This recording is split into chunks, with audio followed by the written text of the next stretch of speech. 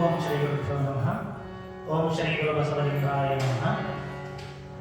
ಜನ್ಮಾದ್ಯಸ್ಯ ಯತೋನ್ಮಯಾದಿತರತಶ್ಚಾರ್ಚಯೇಷ್ವಭಿಜ್ಞಸ್ವರಾಟ್ ತೇನೇ ಬ್ರಹ್ಮ ಹೃದಯ ಆದಿಕವಯೇ ಮುಖ್ಯಂತೆ ಯತ್ಸೂರಯಃ ತೇಜೋ ವಾರಿಮೃತಾಂ ಯಥಾ ವಿನಿಮಯೋ ಯತ್ರ ತ್ರಿಸರ್ಗೋ ಮೃಷಾ ಧಾಮ್ನಾ ಸ್ವೇನ ಸದಾ ನಿರಸ್ತಕುಹಕಂ ಸತ್ಯಂ ಪರಂ ಧೀಮಹಿ ಆಯಂ ನಶ್ಯತಿ ಪಶ್ಚಾತಾಂ ಪ್ರತಿದಿನಂ ಯಾತಿ ಕ್ಷಯಂ ಯೌವನಂ ಪ್ರತ್ಯಾಯಾಂತಿ ಗತಾಃ ಪುನರ್ನ ದಿವಸಾಃ ಕಾಲೋ ಜಗದ್ಭಕ್ಷಕಃ ಲಕ್ಷ್ಮೀಸ್ತೋಯಚರಂಗಭಂಗಜಫಲೋ ವಿದ್ಯುಚ್ಚರಂ ಜೀವಿತಂ ತಸ್ಮಾನ್ ಮಾಂ ಶರಣಾಗತಂ ಕರುಣಯಾ ತ್ವಂ ರಕ್ಷ ರಕ್ಷಾಧುನಾ. ಅಜ್ಞಾನತಿಮಿರಾಂಧಸ್ಯ ಜ್ಞಾನಾಂಜನಶಲಾಕಯ ಚಕ್ಷುಃ ಉನ್ಮೀಲಿತಂ ಯೇನ ತಸ್ಮೈ ಶ್ರೀ ಗುರವೇ ನಮಃ. ಆಕಾಶಾತ್ ಪತಿತಂ ತೋಯಂ ಯಥಾ ಗಚ್ಚತಿ ಸಾಗರಂ ಸರ್ವದೇವ ನಮಸ್ಕಾರ ಸದ್ಗುರು ಕುಮಾರಮೂರ್ತಿ ಗಚ್ಚತಿ. ಸ್ಮರಣೀಯರಾಗಿರುವ ಬಸವಾದಿ ಶಿವಚರಣವನ್ನು ನನ್ನ ಹೃದಯ ಮಂದಿರದಲ್ಲಿ ಅರ್ಪಿಸುತ್ತಾ, ಮಹಾನ್ ಶಿವಯೋಗಿ, ಮಹಾನ್ ತಪಸ್ವಿ ಮಹಾತ್ಮ ದುರ್ಗುಂದೇಶ್ವರರ ಪಾವನ ಮೂರ್ತಿಯನ್ನು ನನ್ನ ಹೃದಯ ಮಂದಿರದಲ್ಲಿ ಸಂಸ್ಮರಿಸಿ, ಓಂ ಶ್ರೀ ಗುರು ಬಸವಲಿಂಗಾಯ ನಮಃ. ಓಂ ಶ್ರೀ ಗುರು ಬಸವಲಿಂಗಾಯ ನಮಃ. ಓಂ ಶ್ರೀ ಗುರು ಬಸವಲಿಂಗಾಯ ನಮಃ. ಜಗದ್ಗುರು ದುರ್ಗುಂದೇಶ್ವರ ಸಿದ್ಧ ಸಂಸ್ಥಾನ ಮಹಾಮಠದ ಸಮಸ್ತ ಗುರು ಪರಂಪರೆಗೆ ನತಮಸ್ತಕನಾಗಿ, ಸಮಾಜದ ಸಂಜೀವಿನಿ, ಸಮಾಜೋದ್ಧಾರಕರು ಆಗಿರುವ ಇವರೇಣ್ಯರಲ್ಲಿ ಶ್ರೇಷ್ಠರಾಗಿರುವ ಕಾನಗದ ಗುರುಕುಮಾರ ಮಹಾಶಿವಯೋಗರನ್ನು ಹೃದಯ ಮಂದಿರದಲ್ಲಿ ಧ್ಯಾನಿಸುತ್ತಾ, ತ್ರಿವಿಧ ದಾಸೋಹಿಗಳು ಸದಾಕಾಲ ನಮ್ಮ ನಿಮ್ಮೆಲ್ಲರಿಗೂ ದರ್ಶನಾಶೀರ್ವಾದಗಳನ್ನು ಕರುಣಿಸ್ತಾ ಈ ಎಲ್ಲ ಕಾರ್ಯಕ್ರಮಗಳ ಪಾವನ ಸಾನ್ನಿಧ್ಯವನ್ನು ಅಲಂಕರಿಸಿ ನಮ್ಮ ನಿಮ್ಮೆಲ್ಲರಿಗೂ ಮಾರ್ಗದರ್ಶನವನ್ನು ಬೇಕಾಗ್ತಕ್ಕಂಥ ಪರಮ ಪೂಜ್ಯರಾಗಿರುವ ಅಣ್ಣರಿಗೂ ಆಶ್ರಯದಾತರಾಗಿರುವ ಪರಮ ಪೂಜ್ಯ ಶ್ರೀಮನ್ ಮಹಾರಾಜ ಜಗದ್ಗುರು ಡಾಕ್ಟರ್ ಪಂಚಮಶೂಲಿಂಗೇಶ್ವರ ಮಹಾಸ್ವಾಮೀಜಿಯವರ ಹೃದಯಗಳಲ್ಲಿ ಅನಂತ ಭಕ್ತಿಯ ನಮನಗಳನ್ನು ಸಲ್ಲಿಸುತ್ತಾ, ಸದಾವಕಾಲ ನಮ್ಮ ನಿಮ್ಮೆಲ್ಲರಿಗೂ ದರ್ಶನಾಶೀರ್ವಾದಗಳನ್ನು ಕರುಣಿಸ್ತಾ ಸಕಾಲದಲ್ಲಿ ನಮಗೆ ಮಾರ್ಗದರ್ಶನವನ್ನು ನೀಡತಕ್ಕಂಥ ಪರಮ ಪೂಜ್ಯರಾಗಿರುವ ನಿಜಲಿಂಗೇಶ್ವರ ಮಹಾಸ್ವಾಮೀಜಿಯವರ ಹೃದಯಗಳಲ್ಲಿ ಅನಂತ ಭಕ್ತಿಯ ನಮನಗಳನ್ನು ಸಲ್ಲಿಸುತ್ತಾ, ಈ 2 ದಿನಗಳಿಂದ ನಮ್ಮೊಡನೆ ಉಪಸ್ಥಿತರಿದ್ದು ಎಲ್ಲರೂ ದರ್ಶನಾಶೀರ್ವಾದಗಳನ್ನು ನೀಡ್ತಾ ಇರ್ತಕ್ಕಂಥ ಪೂಜ್ಯರಾಗಿರುವ ಡಾಕ್ಟರ್ ಬಸವಚೈತ ಸ್ವಾಮೀಜಿಯವರಲ್ಲಿ ಭಕ್ತಿಯ ನಮನಗಳನ್ನು ಸಲ್ಲಿಸುತ್ತಾ, ಶ್ರಾವಣ ಮಾಸ ಹಾಗೂ ದುರ್ಗುಂದೇಶ್ವರ ಸಿದ್ಧ ಸಂಸ್ಥಾನ ಮಹಾಮಠದ ಮಹಾದಾಸೋಹದ ನಿಮಿತ್ತವಾಗಿ ಹಮ್ಮಿಕೊಂಡಿರುವ ದೇವಿ ಅಹಲ್ಯಾಬಾಯಿ ಹೋಳ್ಕರವರ ಭಾವಚಿತ್ರವನ್ನು ಎನ್ನ ಹೃದಯ ಮಂದಿರದಲ್ಲಿ ಸಂಸ್ಮರಿಸಿ, ಈ ಒಂದು ಪ್ರವಚನ ಕಾರ್ಯಕ್ರಮದ ಸಂಗೀತ ಸುಧೆಯನ್ನು ನಮ್ಮೆಲ್ಲರಿಗೂ ಉಣಬಡಿಸ್ತಾ ಬಂದಿರತಕ್ಕಂಥ ಸುರೇಶ್ ಚಂದ್ರಗಿ ಗವಾಯಿಗಳವರೇ, ಅವರಿಗೆ ತಬಲಾ ಸಾಧನ ನೀಡತಕ್ಕಂಥ ಭರತ್ ವಿಟೇಕರ್ ಅವರೇ, ಯಾವತ್ತೂ ಬಾಳಮ್ಮ ತಾಯಿ ಕಲಾಬಳಗದ ಎಲ್ಲ ಶರಣೆಯರೇ, ಜಗದ್ಗುರು ದುರ್ಗುಂದೇಶ್ವರ ಸಿದ್ಧ ಸಂಸ್ಥಾನ ಮಹಾಮಠದ ಸಮಸ್ತ ಸದ್ಭಕ್ತರೇ, ಶರಣೆಯರೇ, ತಂದೆ ತಾಯಿಯರೇ, ತಮ್ಮೆಲ್ಲರಿಗೂ ಕೂಡ ಶರಣು ಶರಣಾರ್ಥಿಗಳು.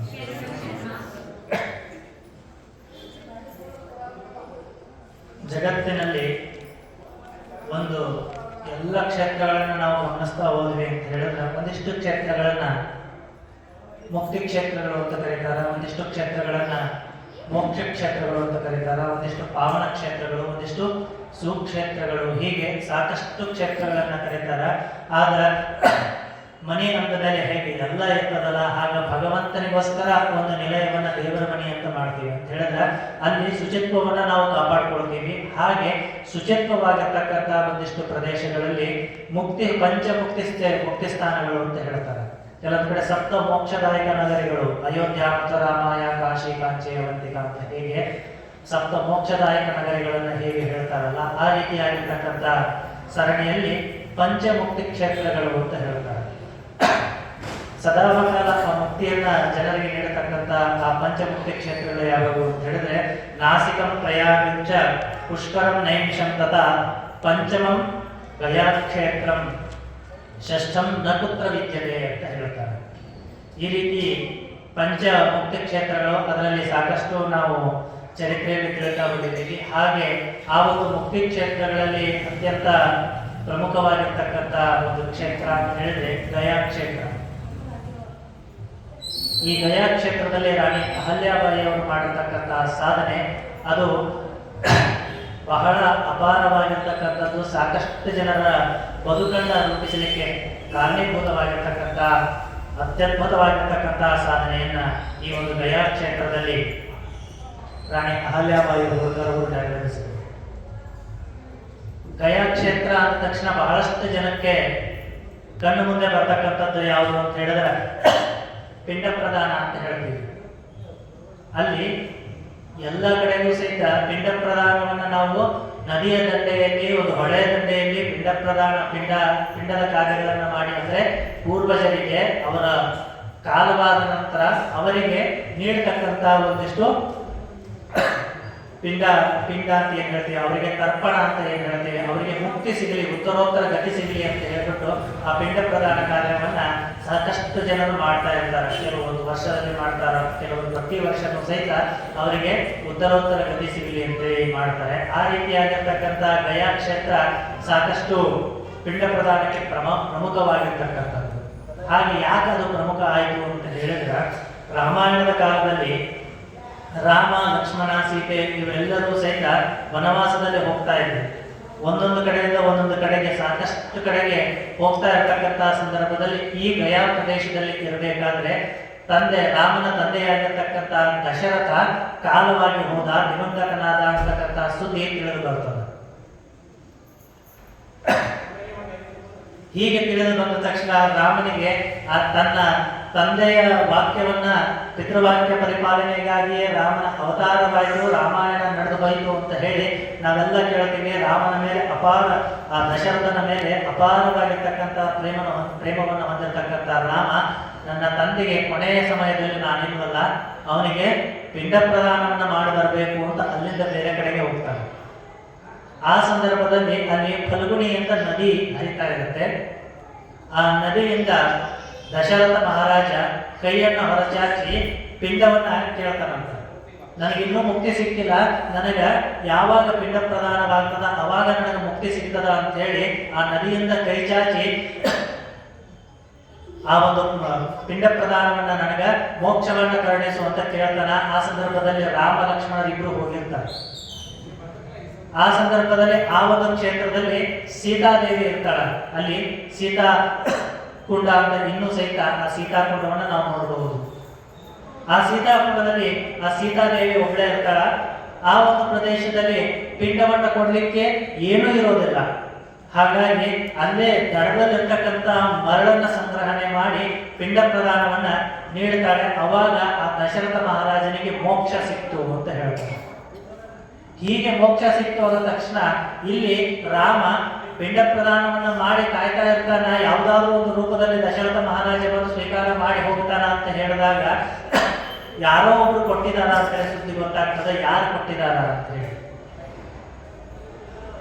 ಹಾಗೆ ಕೇಳ್ತಾ ಬಂದ ಹಾಗೆ ಎಲ್ಲರನ್ನ ಸೀತಾ ಕೊಟ್ಟಾಳ ಅಂತ ಹೇಳಿ. ಆದ್ರೆ ರಾಮನಿಗೆ ನಂಬಿಕೆ ಬರಲಿಲ್ಲ.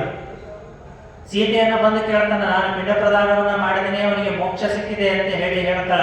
ಆದ್ರೆ ರಾಮ ಏನ್ ಅನ್ಕೊಂಡಿರ್ತಾನ, ನನ್ನ ತಂದೆಗೆ ಮೋಕ್ಷ ಸಿಕ್ಕಿಲ್ಲ, ಬೇರೆ ಒಂದು ಅವತಾರದಲ್ಲಿ ಹೋಗಿಬಿಟ್ಟಿದಾನ, ಅವನಿಗೆ ಮೋಕ್ಷ ಸಿಗಬೇಕು ಅಂದ್ರೆ ಯಜ್ಞಯಾಗಾದಿಗಳನ್ನು ಮಾಡಬೇಕು ಅಂತ ವಿಚಾರ ಮಾಡ್ತಾ ಇರ್ಬೇಕಾದ್ರೆ ರಾಮ ಸೀತಾದೇವಿ ಹೇಳ್ತಾಳ, ಇಲ್ಲ ನಾನು ಅವನಿಗೆ ಮೋಕ್ಷವನ್ನು ಸಿಕ್ಕಿದೆ, ಹೀಗೆ ಕೈ ಮಾಡಿ ಕೇಳಿದ್ರು ನಾನು ಕೊಟ್ಟಿದ್ದೀನಿ ಅಂತ ಹೇಳ್ತಾನೆ.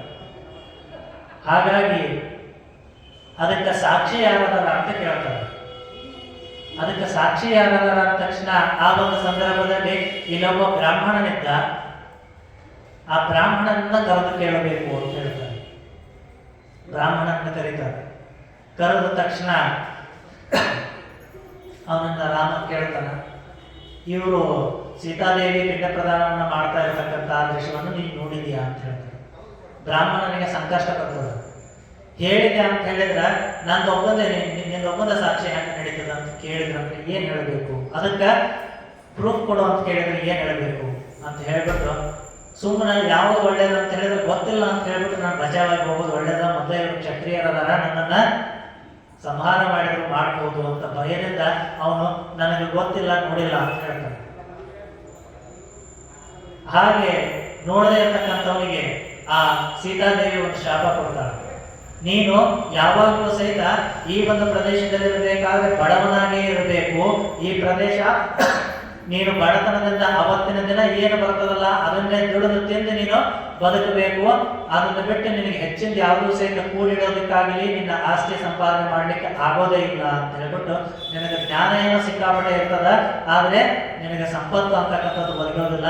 ನೀನು ಯಾವ ಒಂದು ಬೇರೆಯವರಿಗೆ ಪಿಂಡ ಪ್ರದಾನ ಕಾರ್ಯಗಳನ್ನ ಮಾಡಿಸಿ ಅದರಿಂದ ಬಂದಿರತಕ್ಕಂಥದ್ದನ್ನ ನೀನು ಮಾಡಿ ಉಪಜೀವನವನ್ನ ಮಾಡಿ ಬದುಕಬೇಕು ಅಂತ ಅವನಿಗೆ ಶಾಪ ಕೊಡ್ತಾನೆ. ಇನ್ನು ಮುಂದೆ ಯಾರು ಕೊಡೋದು ಅಂತ ಹೇಳಿದಾಗ, ಅಲ್ಲೇ ಒಂದು ಆಕಳ ಕಾಯ್ತಾ ಇರುತ್ತೋ, ಇಲ್ಲೊಂದು ಆಕಳ ಇತ್ತು ಅಂತ ಹೇಳಿದಾಗ ಆಕಳ ತರಿಸ್ತಾರೆ. ಆಕಳ ತಗೊಂಡು ಬರ್ತಾರ, ಆಕಳ ತಗೊಂಡು ಅಂತಾನೆ ಆಕಳ ಕೇಳ್ತಾರೆ, ಸೀತಾದೇವಿ ಪಿಂಡ ಪ್ರದಾನವನ್ನ ಮಾಡುವುದನ್ನು ನೀವು ನೋಡಿದೆ ಅಂತ ಕೇಳಿದಾಗ ಆಕಳ ಹೇಳ್ತದನ್ನು ನೋಡಿಲ್ಲ ಅಂತ ಹೇಳಿ. ಯಾಕ? ಅದು ಸಹಿತ ಒಂದು ಭಯ. ಬೇರೆ ಯಾರಾದ್ರೂ ನನ್ನ ಜೊತೆಗೆ ಕುರುವನ್ನ ಹೇಳಲಿಕ್ಕೆ ಮತ್ತೊಬ್ಬರು ಬೇಕು, ಹಾಗಾಗಿ ಯಾರೂ ಇಲ್ವಲ್ಲ, ಅದಕ್ಕೋಸ್ಕರ ನಾನು ನೋಡಿಲ್ಲ ಅಂತ ಹೇಳಿದ ತಕ್ಷಣ ಅದಕ್ಕೆ ಆ ಒಂದು ಆಕಳಿಗೆ ಶಾಪ ಕೊಡ್ತಾಳೆ. ಏನಂತ ಹೇಳಿದ್ರೆ, ನೀನು ಯಾವತ್ತೂ ಸಹಿತ ಉತ್ತಮವಾಗಿರ್ತಕ್ಕಂಥ ಆಹಾರವನ್ನು ತಿನ್ನಬೇಡ, ಹಳಸಿದ್ದನ್ನ ನೀನು ತಿನ್ನಬೇಕು ಅಂತ ಹೇಳಿದ್ರೆ, ನಿನ್ನಿದು ಮಣ್ಣಿದು ಏನು ಅಳಸಿರ್ತದಲ್ಲ ಆಕಳಿಗೆ ಮತ್ತೆ ಯಾವ ಮನೆ ಬಾಗಿಲಿಗೆ ಅಂತ ಹೇಳಿದ್ರೆ ನಿನಗೆ ಯಾರು ಬಾಲಕಿಲ್ಲ ಅಂತಾಗ್ತಿ. ನೀನು ಆ ಒಂದು ಪ್ರದೇಶದಲ್ಲಿ ಈಗ ಹೋಗಿ ನೋಡಿದ್ರು ಸಹಿತ ಎಷ್ಟೋ ಆಕಳಗಳು ಆ ಒಂದು ದನಕರುಗಳು ಓಡಾಡ್ತಾ ಇರ್ತದೆ ಅಂತ ಹೇಳಿದ್ರೆ ಬೇರೆಯವರು ನೀಡಿದ್ದನ್ನ ನೀನು ತಿನ್ನಬೇಕು ಅಂತ ಹೇಳಿ ಅದಕ್ಕೆ ಶಾಪ ಕೊಟ್ಟಲಂತ. ಹಂಗ ಮುಂದೆ ಯಾವ್ದಕ್ಕ ಕೇಳೋದು ಅಂತ ಹೇಳಿದಾಗ, ಬ್ರಾಹ್ಮಣ ಆಯ್ತು, ಆಕಳ ಆಯ್ತು, ಇನ್ನ ಇದಕ್ಕೆ ಸಾಕ್ಷಿ ಹೇಳೋದು ಅಂತ ಹೇಳಿದ್ರೆ ನದಿನೇ ಹೇಳ್ಬೇಕಲ್ಲ, ಮತ್ತೆ ಇನ್ಯಾರು ಹೇಳೋದಕ್ಕೆ ಸಾಧ್ಯ ಅಂತ ಹೇಳ್ಬಿಟ್ಟು ಆ ಫಲ್ಗುಣಿ ನದಿಗೆ ಕೇಳಿದ್ರಾಯ್ತು ಅಂತ ಹೇಳಿ ನದಿ ಕೇಳ್ತಾರೆ. ನದಿ ಕೇಳಿದ ತಕ್ಷಣ ಅದು ಸಹಿತ ಗೊತ್ತಿಲ್ಲ ಅಂತ ಹೇಳ್ತಾರೆ. ಅವಾಗ ಅದಕ್ಕೂ ಸಹಿತ ಶಾಪವನ್ನ ನೀಡ್ತಾಳ, ನೀನು ನಿನ್ನ ಮೇಲೆ ಗುಪ್ತಗಾಮಿನಿಯಾಗಿ ಹರಿ ಅಂತ ಹೇಳ್ತಾರ.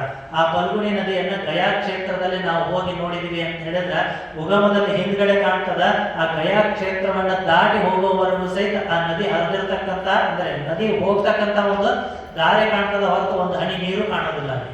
ಅಲ್ಲಿಂದ ಮುಂದೆ ಒಂದು 5-6 ಕಿಲೋಮೀಟರ್ ಹೋದ್ಮೇಲೆ ಮತ್ತೆ ನದಿ ಕಾಣಿಸ್ಕೊಳ್ತದೆ, ಹೊರಗಡೆ ಕಾಣ್ತದೆ. ಅಲ್ಲಿವರೆಗೂ ಆ ಒಂದು ಪ್ರದೇಶದಲ್ಲಿ ಗುಪ್ತಗಾಮಿನಿಯಾಗಿ ಆ ನದಿ ಹರಿತದ, ಫಲ್ಗುಣಿ ನದಿ ಹರಿತದ ಅಂತ ಹೇಳಿ ಇತಿಹಾಸದಲ್ಲಿ ಕೇಳಿ ಬರ್ತದ. ಹಾಗೆ ಬಂದಿರತಕ್ಕಂಥ ಇತಿಹಾಸದಲ್ಲಿ ನೋಡ್ತಾ ಇರ್ಬೇಕಾದ್ರೆ ಮುಂದೆ ಇವ್ರಿಗೆ ಹೆಂಗಾದ್ರೂ ಮಾಡಿ ಕುರುಗಟ್ಟ ಕೊಡ್ಲೇಬೇಕು, ಸತ್ಯವನ್ನ ನಾನು ತಿಳಿಸ್ಬೇಕು, ನಾನು ಹೇಳ್ತಾ ಇರ್ತಕ್ಕಂಥದ್ದು ಸತ್ಯ ಅಂತ ಹೇಗಾದ್ರೂ ಮಾಡಿ ಹೇಳಬೇಕು ಅಂತ ಹೇಳಿದಾಗ ಅವಳಿಗೆ ನೆನಪು ಬರ್ತದ, ನಾನು ಮಣ್ಣನ್ನು ತೆಗೆದುಕೊಂಡು ಬರಬೇಕಾದ್ರೆ ಆ ಮರಳನ್ನ ತೆಗೆದುಕೊಂಡು ಬಂದು ಆ ತರ್ಪಣವನ್ನು ಕೊಡಬೇಕಾದ್ರೆ ಈ ವೃಕ್ಷ ನೋಡಿತ್ತು, ಈ ವೃಕ್ಷವನ್ನ ಕೇಳಿದ್ರೆ ಅದು ಸತ್ಯ ಹೇಳಬಹುದು ಅಂತ ಹೇಳಿ ಆ ವೃಕ್ಷನ ಹತ್ರ ಕರ್ಕೊಂಡು ಹೋಗ್ತಾರೆ. ಆ ವೃಕ್ಷವನ್ನ ಕೇಳ್ತಾರ. ಆ ವೃಕ್ಷವನ್ನ ಕೇಳಿದ ತಕ್ಷಣ ಆ ವೃಕ್ಷ ಹೌದು ಪಿಂಡ ಪ್ರದಾನವನ್ನ ಮಾಡಿರೋದು ನಿಜ, ಆ ದಶರಥನಿಗೆ ಮುಕ್ತಿ ಸಿಕ್ಕಿರೋದು ನಿಜ ಅಂತ ಹೇಳ್ತಾರ. ಆ ವೃಕ್ಷ ಯಾವುದು ಅಲ್ಲ, ಅಶ್ವತ್ಥ ವೃಕ್ಷ ಅಂತ ಹೇಳ್ತಾರ, ಅರಳಿ ವೃಕ್ಷ ಅಂತ ಹೇಳ್ತಾರ, ಅರಳಿ ಮರ.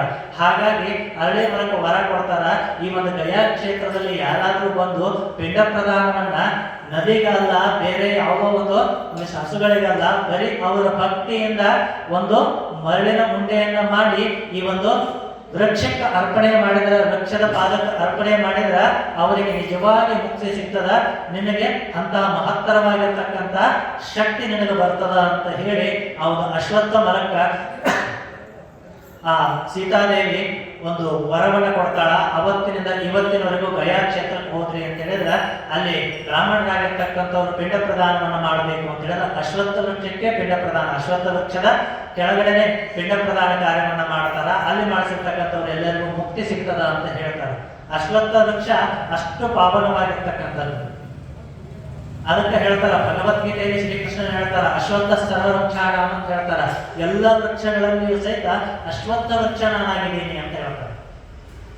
ಹಾಗಾದ್ರೆ ಸಾಕಷ್ಟು ವೃಕ್ಷಗಳದಾವ, ಆದ್ರೆ ಎಲ್ಲಾ ವೃಕ್ಷಗಳಲ್ಲಿಯೂ ಸಹಿತ ಒಂದೊಂದಿಷ್ಟು ಏನು ಅಂತ ಹೇಳಿದ್ರೆ ಎಲ್ಲಾ ವೃಕ್ಷಗಳು ನಮಗೆ ಜಲಜನಕವನ್ನ ಆಮ್ಲಜನಕವನ್ನ ನಮಗೆ ಕೊಡ್ತಾವ. ಹೇಗೆ ಎಲ್ಲ ನಮ್ಗೆ ಆಕ್ಸಿಜನ್ ಅಂತ ನಾವೇನ್ ಹೇಳ್ತೀವಿ, ನಾವು ಉಸಿರಾಡ್ತಕ್ಕಂಥ ಗಾಳಿ ಅಂತ ಏನ್ ಹೇಳ್ತೀವಿ, ಅದನ್ನ ಎಲ್ಲಾ ವೃಕ್ಷಗಳು ಕೊಡ್ತಾವ. ಆದ್ರೆ ಎಲ್ಲಾ ವೃಕ್ಷಗಳಲ್ಲೂ 12 ತಾಸು ಆಕ್ಸಿಜನ್ ಕೊಡ್ತಕ್ಕಂತ ಶಕ್ತಿ ಇತ್ತು ಅಂತ ಹೇಳಿದ್ರ ಈ ಒಂದು ವೃಕ್ಷದಲ್ಲಿ, ಅಶ್ವತ್ಥ ಮರದ ವೃಕ್ಷದಲ್ಲಿ ದಿನದ 24 ಗಂಟೆಯೂ ಸಹಿತ ಆಕ್ಸಿಜನ್ ಕೊಡತಕ್ಕಂತ ಶಕ್ತಿ ಈ ಅಶ್ವತ್ಥ ವೃಕ್ಷದಲ್ಲಿದೆ. ಅರಳಿ ಮರ ಅಂತ ನಾವೇನ್ ಹೇಳ್ತೇವೆ. ಅದಕ್ಕೆ ಹಿಂದಿನ ಜನ ಅರಳಿ ಕಟ್ಟಿ ಕುಂದಿರ್ತಿದ್ರು. ಅರಳಿ ಕಟ್ಟಿ ಅಂತ ಹೇಳ್ತಿದ್ರು ಊರಾಗ. ಆ ಕಟ್ಟಿಗೆ ಅರಳಿ ಕಟ್ಟಿ ಅಂತ ಹೇಳಿ ಹೇಳ್ತಿದ್ರು. ಆ ಕಟ್ಟಿಗೆ ಕುತ್ಕೊಂಡು ಮಾತಾಡ್ತಿದ್ರು ದಿನ. ಅವ್ರು ನೋಡ್ರಿ 100 ವರ್ಷ 120 ವರ್ಷ ಬದುಕವ್ರ ಇತಿಹಾಸ ಇದೆ. ಯಾಕಂತ ಹೇಳಿದ್ರೆ ಆ ಗಾಳಿಯಲ್ಲಿ ಆ ಒಂದು ಆಕ್ಸಿಜನ್ ಅಂತ ಏನ್ ಹೇಳ್ತೇವೆ, ಆ ಆಕ್ಸಿಜನ್ ಅಂತ ಶಕ್ತಿ ಇರ್ತಿತ್ತು. ಮನುಷ್ಯನಲ್ಲಿರ್ತಕ್ಕಂಥ ರೋಗ ರುಜಿನಗಳನ್ನ ತೆಗೆದು ಹಾಕ್ತಕ್ಕಂಥ ಶಕ್ತಿ ಇರ್ತಿತ್ತು. ಅದಕ್ಕೆ ಅರಳಿ ಕಟ್ಟಿ ಕೂತವ್ರು ಬಹಳ ವರ್ಷ. ಅದಕ್ಕೆ ಅಂತಿದ್ರು ನೋಡ್ರಿ, ಕಟ್ಟಿ ಕೂತ ಅಂತ ಹೇಳಿದ್ರೆ ಏನು 120 ವರ್ಷ ಬದುಕಿದ್ದೆ ನಮ್ಮ ಅಜ್ಜ ಅಂತ ಹೇಳ್ತೀವಿ. ಅಂದ್ರೆ ಆಗಿನ ಕಾಲದಲ್ಲಿ ಕುಂದಿರ್ತದೆ. ಈಗ ಗಿಡದ ಹತ್ರ ಹೋಗೋದಕ್ಕೆ ನಮಗೆ ಸಮಯ ಇರೋದಿಲ್ಲ. ಗಿಡದ ಹತ್ರ ಹೋಗುದು ಮಾಡೋದಾತ್ರಿ, ಗಿಡನೇ ಇಲ್ಲಿಗೆ ಮರಗಳ ಸಿಗೋದಿಲ್ಲ. ಫಸ್ಟ್ ಮರ ಸಿಕ್ಕರೆ ಹೋಗ್ಬೇಕ್ರಿ. ಹಾಗೆ ಅಂದ್ರೆ ಕೆಲವೊಂದಿಷ್ಟು ಗಿಡಗಳಲ್ಲಿ ಮಾತ್ರ ದಿನದ 24 ಗಂಟೆಯೂ ಸಹಿತ ಆಕ್ಸಿಜನ್ ಕೊಡತಕ್ಕಂತ ಶಕ್ತಿ ಇದೆ. ಅದರಲ್ಲಿ ಹೆಚ್ಚು ಪ್ರಮಾಣ ಈ ಅರಳಿ ವೃಕ್ಷದ, ಅರಳಿ ಮರದಲ್ಲಿದೆ. ಇದನ್ನ ಸೈಂಟಿಫಿಕ್ ಆಗಿ ಇತ್ತೀಚೆಗೂ ಅದನ್ನ ಪ್ರೂವ್ ಮಾಡಿದ್ದಾರೆ. ಹೀಗೆ ಇದನ್ನ ನಾವು ಪ್ರತ್ಯಕ್ಷವಾಗಿ ನೋಡಬೇಕು ಅಂತ ಹೇಳಿದ್ರೆ ಆ ಗಯಾ ಕ್ಷೇತ್ರದಿಂದ ಸುಮಾರು ಒಂದು 5-6 ಮೈಲಿ ದೂರದಲ್ಲಿ ಒಂದು ಕ್ಷೇತ್ರ ಇದೆ, ಭವ್ಯ ಕ್ಷೇತ್ರ. ಬುದ್ಧರ ಒಂದು ಭವ್ಯ ಕ್ಷೇತ್ರ. ಸಿದ್ಧಾರ್ಥ ಯಾವಾಗ ಯಾವ ಸಂದರ್ಭದಲ್ಲಿ ಎಲ್ಲವನ್ನ ತೊರೆದು ಇವನು ವೈರಾಗ್ಯವನ್ನ ತಾಳಿ ಮುಂದೆ ಎಲ್ಲ ರಾಜ್ಯವನ್ನು ಬಿಟ್ಟು ಹೋಗ್ತಾನ ಅಂತ ಹೇಳಿ ಆ ರಾಜನಿಗೆ ಹೇಳ್ತಾರಲ್ಲ, ಅವಾಗ ಅವನು ಸಾಕಷ್ಟು ಬಂಧನದಲ್ಲಿಡ್ತಾನ. ಮಹಾರಾಜ ಬಂಧನದಲ್ಲಿಡ್ತಾನ. ವಿಧಿ ಅಂತಕ್ಕಂಥದ್ದನ್ನು ಯಾರೂ ತಪ್ಪಿಸೋದಕ್ಕಾಗುವುದಿಲ್ಲ. ಹೇಗಾದ್ರೂ ಮಾಡಿ ವಿಧಿ ತನ್ನ ಆಟವನ್ನ, ಭಗವಂತ ಏನು ಬರೆದ ಲಲಾಟೆ ರೇಖಿತ ಪ್ರಚುತ ಕಾಸ್ತಮಂತಹ ಅಂತ ಹೇಳ್ತಾರ. ಹಣೆಯಲ್ಲಿ ಬರೆದಿರ್ತಕ್ಕಂಥ ಬರಹವನ್ನ ಯಾರಿಂದಲೂ ಸಹಿತ ನಾವು ಬದಲಿ ಮಾಡೋದಕ್ಕಾಗೋದೇ ಇಲ್ಲ. ಬೇಕಾದ್ರೂ ಮಾಡ್ಬೋದು. ನಾವು ಎಷ್ಟು ನಮ್ಮ ಹಣಿ ಮೇಲೆ ಭಗವಂತ ಒಂದು ರೇಖಾ ಬರಲ್ಲ ಅಂತ ಹೇಳಿದ್ರೆ ಅದನ್ನ ನಾವು ಹಿಂಗ ಮಾಡ್ತೀವಿ, ಹಿಂಗ ನಾವೆಲ್ಲ ಇಲ್ಲ, ಅದನ್ನ ಅಳಕಿಸಿ ಬೇರೆ ಬರೀತೀವಿ ಅಂತ ಹೇಳಿದ್ರೆ ಸಾಧ್ಯನೇ ಇಲ್ಲ. ಒಂದು ದಿವಸ ಯಮ ಬಂದ ಒಬ್ಬ ವ್ಯಕ್ತಿಗೆ ಪಾಪ ಬಹಳ ಕಷ್ಟಪಟ್ಟು ಮನೆ ಕಟ್ಟಿದ್ದ, ಮಕ್ಕಳಿದ್ರು, ಮಕ್ಕಳ ಮದುವೆ ಮಾಡಿದ್ರ, ಮೊಮ್ಮಕ್ಕಳ ಜೊತೆ ಚಲೋತ್ನೆ ಆಟ ಆಡಿ ಎಲ್ಲ ಇದು ಮಾಡಿಕೊಂಡು ಬಹಳ ಸಂತೋಷದಿಂದ ಇರ್ತಕ್ಕಂಥ ವ್ಯಕ್ತಿ ಒಂದು ದಿವಸ ವಿಚಾರ ಮಾಡಿದ, ಇಷ್ಟೆಲ್ಲ ಮನೆ ಕಟ್ಟಿನಿ, ಮಕ್ಕಳು ಮದುವೆ ಮಾಡೀನಿ, ಮಕ್ಕಳು ಚಲೋ ಕೆಲಸ ಮಾಡಕತ್ತಾರ, ಮನ್ಯಾಗ ಸೊಸೆಯರ್ ಚಲೋ ಸಿಕ್ಕಾರ, ಯಾವುದೋ ಕಿರಿಕಿರಿ ಇಲ್ಲ, ಮೊಮ್ಮಕ್ಕಳು ಚಲೋ ಓದಾಕತ್ತಾರ, ಹಿಂಗೆ ಇರ್ಬೇಕಾದ್ರ ಇಂಥ ಜೀವನ ನಾನು ಬಯಸಿದ್ದೆ, ಅದಕ್ಕೋಸ್ಕರ ಇಷ್ಟೆಲ್ಲ ಕಷ್ಟಪಟ್ಟು ನಾನು ಇಲ್ಲಿಗೆ ಬಂದೀನಿ. ಹಂಗಾಗಿ ಇನ್ನ ಒಂದು 10 ವರ್ಷ ಹಿಂಗ ಆರಾಮಿದ್ರೆ ಸಾಕು ಅಂತ ಹೇಳಿ ವಿಚಾರ ಮಾಡಿಕೊಂಡು ಬಂದು ಹೊರಗ ಎದ್ರ ಮೇಲೆ ಆರಾಮ್ ಕುರ್ಚಿ ಅಂತ ಬರ್ತಿದ್ರು ಆಗಿನ ಕಾಲದಾಗ ಅಂತ ಹೇಳಿ ಅರಬಿಲೆ ಮಾಡಿರ್ತಿದ್ರು. ಅದು ಆ ಕಡೆ ಈ ಕಡೆ ಅಳಗಾಡ್ತಿದ್ರು. ಅಂತ ಕುರ್ಚಿಯ ಮೇಲೆ ಕುತ್ಕೊಂಡ ಆ ವ್ಯಕ್ತಿ 10 ವರ್ಷ ಆರಾಮ್ ಇದ್ರಾಯ್ತು ಅಂತ ವಿಚಾರ ಮಾಡಿ ಬಂದ. ಮಲಗಿರ್ತಕ್ಕಂಥ ಇನ್ನೇನು ಮಲ್ಕೊಳ್ಬೇಕು ಅಷ್ಟರಲ್ಲಿ ಯಮ ಬಂದಂತ, ತಮ್ಮ ನಡಿ ಅಂತ ಹೇಳಿದ್ರು. ಅದು ಈಗ ಅನ್ಕೊಂಡೆ, 8 ವರ್ಷ ಆರಾಮ ಎಷ್ಟು ಕಷ್ಟಪಟ್ಟೆ, ಇಲ್ಲಿ ತರ ಬಹಳ ಕಷ್ಟಪಟ್ಟು ಬಂದೆ. ಅದ್ರೊಳಗೆ ಎಷ್ಟೋ ಜನ ಬಂಧುಗಳನ್ನು ಕಳ್ಕೊಂಡೆ, ಯಾರು ನನ್ನ ಜೊತೆಗೆ ಇರ್ಲಾರಂಗೆ ಮಾಡಿದ್ವಿ. ಆದ್ರೆ ಈಗರ ಎಲ್ಲ ಆಧಾರ ನನಗೆ ಒಂದು 10 ವರ್ಷದ ಆರಾಮ ಇರ್ಬೇಕಲ್ಲ ನಾನು ಅಂತ ಹೇಳಿದ. ಅದೆಲ್ಲ ಆಗೋದಿಲ್ಲ, ಟೈಮ್ ಆಗೈತಿ ನಡಿ ಅಂತ ಹೇಳಿದ. ಆಯ್ತು ಬರೋದು ಬಂದಿಯಪ್ಪ, ಒಂದು ಸ್ವಲ್ಪ ಚಾ ಕೊಡ್ತೀನಿ ಕುಡಿದು ಹೋಗು ಅಂತ ಹೇಳಿದ. ಇಲ್ಲಿ ಚಾ ಕೊಡೋದು ನೋಡ್ರಿ ನಮ್ಮ ಕಡೆ ಇರ್ತಾರ ಪದ್ಧತಿ, ಚಾ ಕೊಡ್ತೀನಿ ಹಂಗಂದ್ರೆ ಏನಂತ ಹೇಳಿದ, ನಾನು ಕೊಡ್ತೀನಿ ಸುಮ್ಮನೆ ಅಂತ ಹೇಳಿದ. ಕೊಡ್ತೀನಿ ಸುಮ್ಮನೆ ಅಂದ ತಕ್ಷಣ ಒಳಗೆ ಹೋದಂತ. ಒಳಗೆ ಹೋದ ತಕ್ಷಣ ಸೊಸೆಗೆ ಚಲೋ ಶುಂಠಿ ಹಾಕಿಬಿಟ್ಟು ಚಾ ಮಾಡಿ ಎಮ್ಮೆ ಹಾಲ್ನಾಗ ಅಂತ ಹೇಳಿದಂತೆ. ಎಮ್ಮೆ ಹಾಲಿನ ಚಾ ಚಲೋ ಆಗ್ತದೆ, ಗಟ್ಟಿಗೆ ಚಾ ಮಾಡ್ಕೊಂಡು ಬರ್ಬೇಕಾದ್ರೆ ಇವಾಗ ಕೈಯಾಗ ಬರ್ಬೇಕಾದ್ರೆ ಹಂಗ ಬರಲಿಲ್ಲ. ಅದ್ರ ಒಂದು 2 ನಿದ್ದೆ ಗುಳಿಗೆ ಒಕ್ಕೊಂಡ್ ಬಂದಿರ್ತಕ್ಕಂಥ ವ್ಯಕ್ತಿ ಕೊಟ್ಟ ಯಮನಿಗೆ. ಯಮ ನೋಡಿದ, ಒಂದು ಗುಟ್ಟು ಕುಡ್ದ, ಅದ್ಭುತ ಐತಿ ಮಾರಾಯ, ಏನಿದೆ ಅಂತ ಹೇಳಿದ, ಇದು ಭೂಲೋಕದ ಅಮೃತ ಇದ್ದಿದ್ದು, ಇದನ್ನು ಕುಡಿದ್ರ ಅಂತ ಹೇಳಿದ್ರೆ ಏನೆಲ್ಲ ನಮ್ಮ ತಲೆಯಾಗಿರ್ತಕ್ಕಂಥ ಹುಚ್ಚ ಅಂತ ಹೇಳ್ತಾರೆ ಅದ ಬಿಟ್ಟು ಹೋಗುತ್ತಾ ಅನ್ನೋ. ಹೌದನ ಅಂತೇಳಿ ಸರಿ ಅಂತೇಳಿ ಅವನು ಕುಡದ ತಕ್ಷಣ ನಿದ್ದೆ ಗುಳಿಗೆ ಹಾಕಿದ್ನಲ್ಲ, ನಿದ್ದೆ ಬಂತ ಯಮನಿಗೆ. ಹಂಗ ಸ್ವಲ್ಪ ಹೊತ್ತು ಮಕ್ಕೊಂಡ ತಕ್ಷಣ ಇಷ್ಟು ಚಾ ಕೊಟ್ಟಾನಲ್ಲ, ಒಂದು 10 ನಿಮಿಷ ಬದುಕಕ್ಕೆ ಅವಕಾಶ ಕೊಡೋದು ಅಂತ ಹೇಳ್ಬಿಟ್ಟು ವಿಚಾರ ಮಾಡಿ ಅವ ಯಮ ಮಲ್ಕೊಂಡ ತಕ್ಷಣ ಇವ ಏನು ಮಾಡಿದ, ಅವ ತಂದಿದ್ನಲ್ಲ ಆ ಲಿಸ್ಟ್ ನೋಡಿದ. ಆ ಲಿಸ್ಟ್ ನೊಳಗ ತನ್ನ ಹೆಸರು ಮ್ಯಾಲೆ ಇತ್ತಲ್ಲ, ಆ ಮ್ಯಾಲಿನ ಹೆಸರು ಕಾಟ್ ಹೋಗೋದು ತಳಗ್ ಬರೀತಾನ. ತಳಗ ಬರದ ಯಮನಿಗೆ ಒಂದು 2 ತಾಸು ಆದ್ಮೇಲೆ ಎಚ್ಚರ ಆದ ತಕ್ಷಣ ಏನು ಕೊಟ್ಟಿ ಮಾರ, ಬಹಳ ದಿನಗಳಿಂದ ಇಂಥ ನಿದ್ದೆ ಕಂಡಿರಲಿಲ್ಲ ನಾನು. ನಿನಗೋಸ್ಕರ ನಿನಗ ಇಲ್ಲಿ ತನ ಯೋಚನೆ ಮಾಡಿದ್ದೆ 2 ತಾಸು ನಿನ್ನನ್ನು ಬಿಟ್ಟು 2 ತಾಸರ ನೀನು ಆರಾಮ್ ಬದುಕಿರ್ಲಿ, ಏನಾರ ಕೊಡೋದು ತಗೊಳ್ಳೋದಿದ್ರೆ ಎಲ್ಲ ಮುಗಿಸ್ಕೊಂಡ್ಬಿಡ್ಲಿ ಅಂತ ಬಿಟ್ಟಿದ್ದೆ. ಆದ್ರೆ ನೀನು ಕೊಟ್ಟಿರ್ತಕ್ಕಂಥ ಚಾ ಕುಡಿದ ಮೇಲೆ ನನಗೊಂದು ಅನಿಸೈತಿ, ನಿನಗೆ ಏನಾದ್ರೂ ಒಂದು ವರ ಕೊಡ್ಬೇಕು ಅಂತ ಮಾಡೀನಿ. ಹಂಗಾಗಿ ನೀನು ಬಹಳ ವರ್ಷ ಬದುಕಬೇಕಂತ ಆಸೆ ಪಟ್ಟಿದ್ದೆಲ್ಲ ಅದನ್ನ ಕೊಡಬೇಕು ಅಂತ ಮಾಡೀನಿ. ಆದ ಕಾರಣ ನಾನು ಏನ್ ಮಾಡ್ತೀನಿ ಅಂತ ಹೇಳಿದ್ರೆ, ಹಿಂಗ ಮ್ಯಾಲಿಂದ ತಗೊಂಡು ಹೋಗ್ಬೇಕಾಗಿತ್ತು, ಆದ್ರೆ ಹಂಗ ತಗೊಂಡು ಹೋಗುದಿಲ್ಲ, ನಾ ಕೆಳಗಡೆಯಿಂದ ತಗೊಂಡು ಹೋಗ್ತೀನಿ, ನೀನು 10 ವರ್ಷ ಬದುಕಬಹುದು ಅಂತಂದ. ಕೆಳಗಡೆ ಯಾರ ಸಿಗುತ್ತೆ ಹೌದೇ. ಅದಕ್ಕೆ ಲಲಾಟೆ ರೇಖ ಪ್ರೋಚಿತಂ ಕಾಸಮರ್ಥ ಅಂತ ಹೇಳ್ತಾರೆ. ಹಣೆಯಲ್ಲಿ ಬಂದಿರತಕ್ಕಂಥ ಬರಹವನ್ನ ಏನು ಮಾಡಿದ್ರು ಸಹಿತ ತಪ್ಪಿಸೋದಕ್ಕೆ ಆಗೋದೇ ಇಲ್ಲ. ಹಾಗೆ ಈ ಸಿದ್ಧಾರ್ಥನ ತಂದೆ ಸಾಕಷ್ಟು ಪ್ರಯತ್ನವನ್ನು ಪಟ್ಟರು ಸಹಿತ ವೈರಾಗ್ಯವನ್ನ ತಾಳಿ ತನ್ನ 29ನೇ ವಯಸ್ಸಿನಲ್ಲಿ ಅವನು ರಾಜ್ಯವನ್ನು ತೊರೆದು ವೈರಾಗ್ಯವನ್ನ ತಾಳಿ ಈ ಗಯಾ ಕ್ಷೇತ್ರಕ್ಕೆ ಬರ್ತಾನೆ. ಈ ಪರಿಸರಕ್ಕೆ ಬಂದು ಎಲ್ಲಿ ನೋಡಿದ ಅಲ್ಲಿ ಅರಳಿ ಮರಗಳು ಬೆಳೆದವು. ಅರಳಿ ಮರದ ಕೆಳಗೆ ಕುತ್ಕೊಂಡು ಅಲ್ಲಿ ತಪಸ್ಸನ್ನ ಆಚರಣೆ ಮಾಡ್ತಾನ. ಒಂದಲ್ಲ ಎರಡಲ್ಲ 6 ವರ್ಷಗಳ ಕಾಲ ತಪಸ್ಸನ್ನ ಮಾಡ್ತಾನೆ. 6 ವರ್ಷಗಳ ಕಾಲ ತಪಸ್ಸನ್ನ ಮಾಡಿದ ನಂತರ ಅವನಿಗೆ ಜ್ಞಾನೋದಯ ಆಗುತ್ತದ. ಅದನ್ನ ಈಗಲೂ ಸಹಿತ ಬೋಧಿ ವೃಕ್ಷ ಅಂತ ಕರೀತಾರೆ. ಬೋಧಿ ವೃಕ್ಷ ಅಂದ್ರೆ ಬಹಳ ವಿಶೇಷವಾಗಿರ್ತಕ್ಕಂಥ, ಬೇರೆ ಯಾವುದೋ ಮರ ನಮ್ಮೂರಾಗ ಇಲ್ಲದೆ ಇರೋದು ಅಂತ ಅನ್ಕೊಳ್ಬೇಡ್ರಿ, ಅಶ್ವತ್ಥ ಮರನೇ ಅದು. ಅಂದ್ರೆ ಅಶ್ವತ್ಥ ಮರದ ಕೆಳಗೆ ಕುತ್ಕೊಂಡ್ರ ಆ ವೈರಾಗ್ಯದಿಂದ ಬಂದಿರತಕ್ಕಂಥವನಿಗೆ ಜ್ಞಾನ ಸಿಗುತ್ತದ. ಯಾರು ತಂದೆ ತಾಯಿಗಳಿಗೆ ಮೋಕ್ಷವನ್ನ ಕೊಡಬೇಕು ಅಂತ ಬಂದು ಪಿಂಡ ಪ್ರದಾನವನ್ನ ಮಾಡ್ತಾರ ಅವರಿಗೆ ಮೋಕ್ಷ ಸಿಗುತ್ತದ.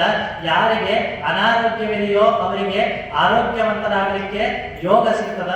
ಇದು ಸೀತಾದೇವಿ ಆ ಮರಕ್ಕೆ ಕೊಟ್ಟಿರತಕ್ಕಂಥ ಆಶೀರ್ವಾದ.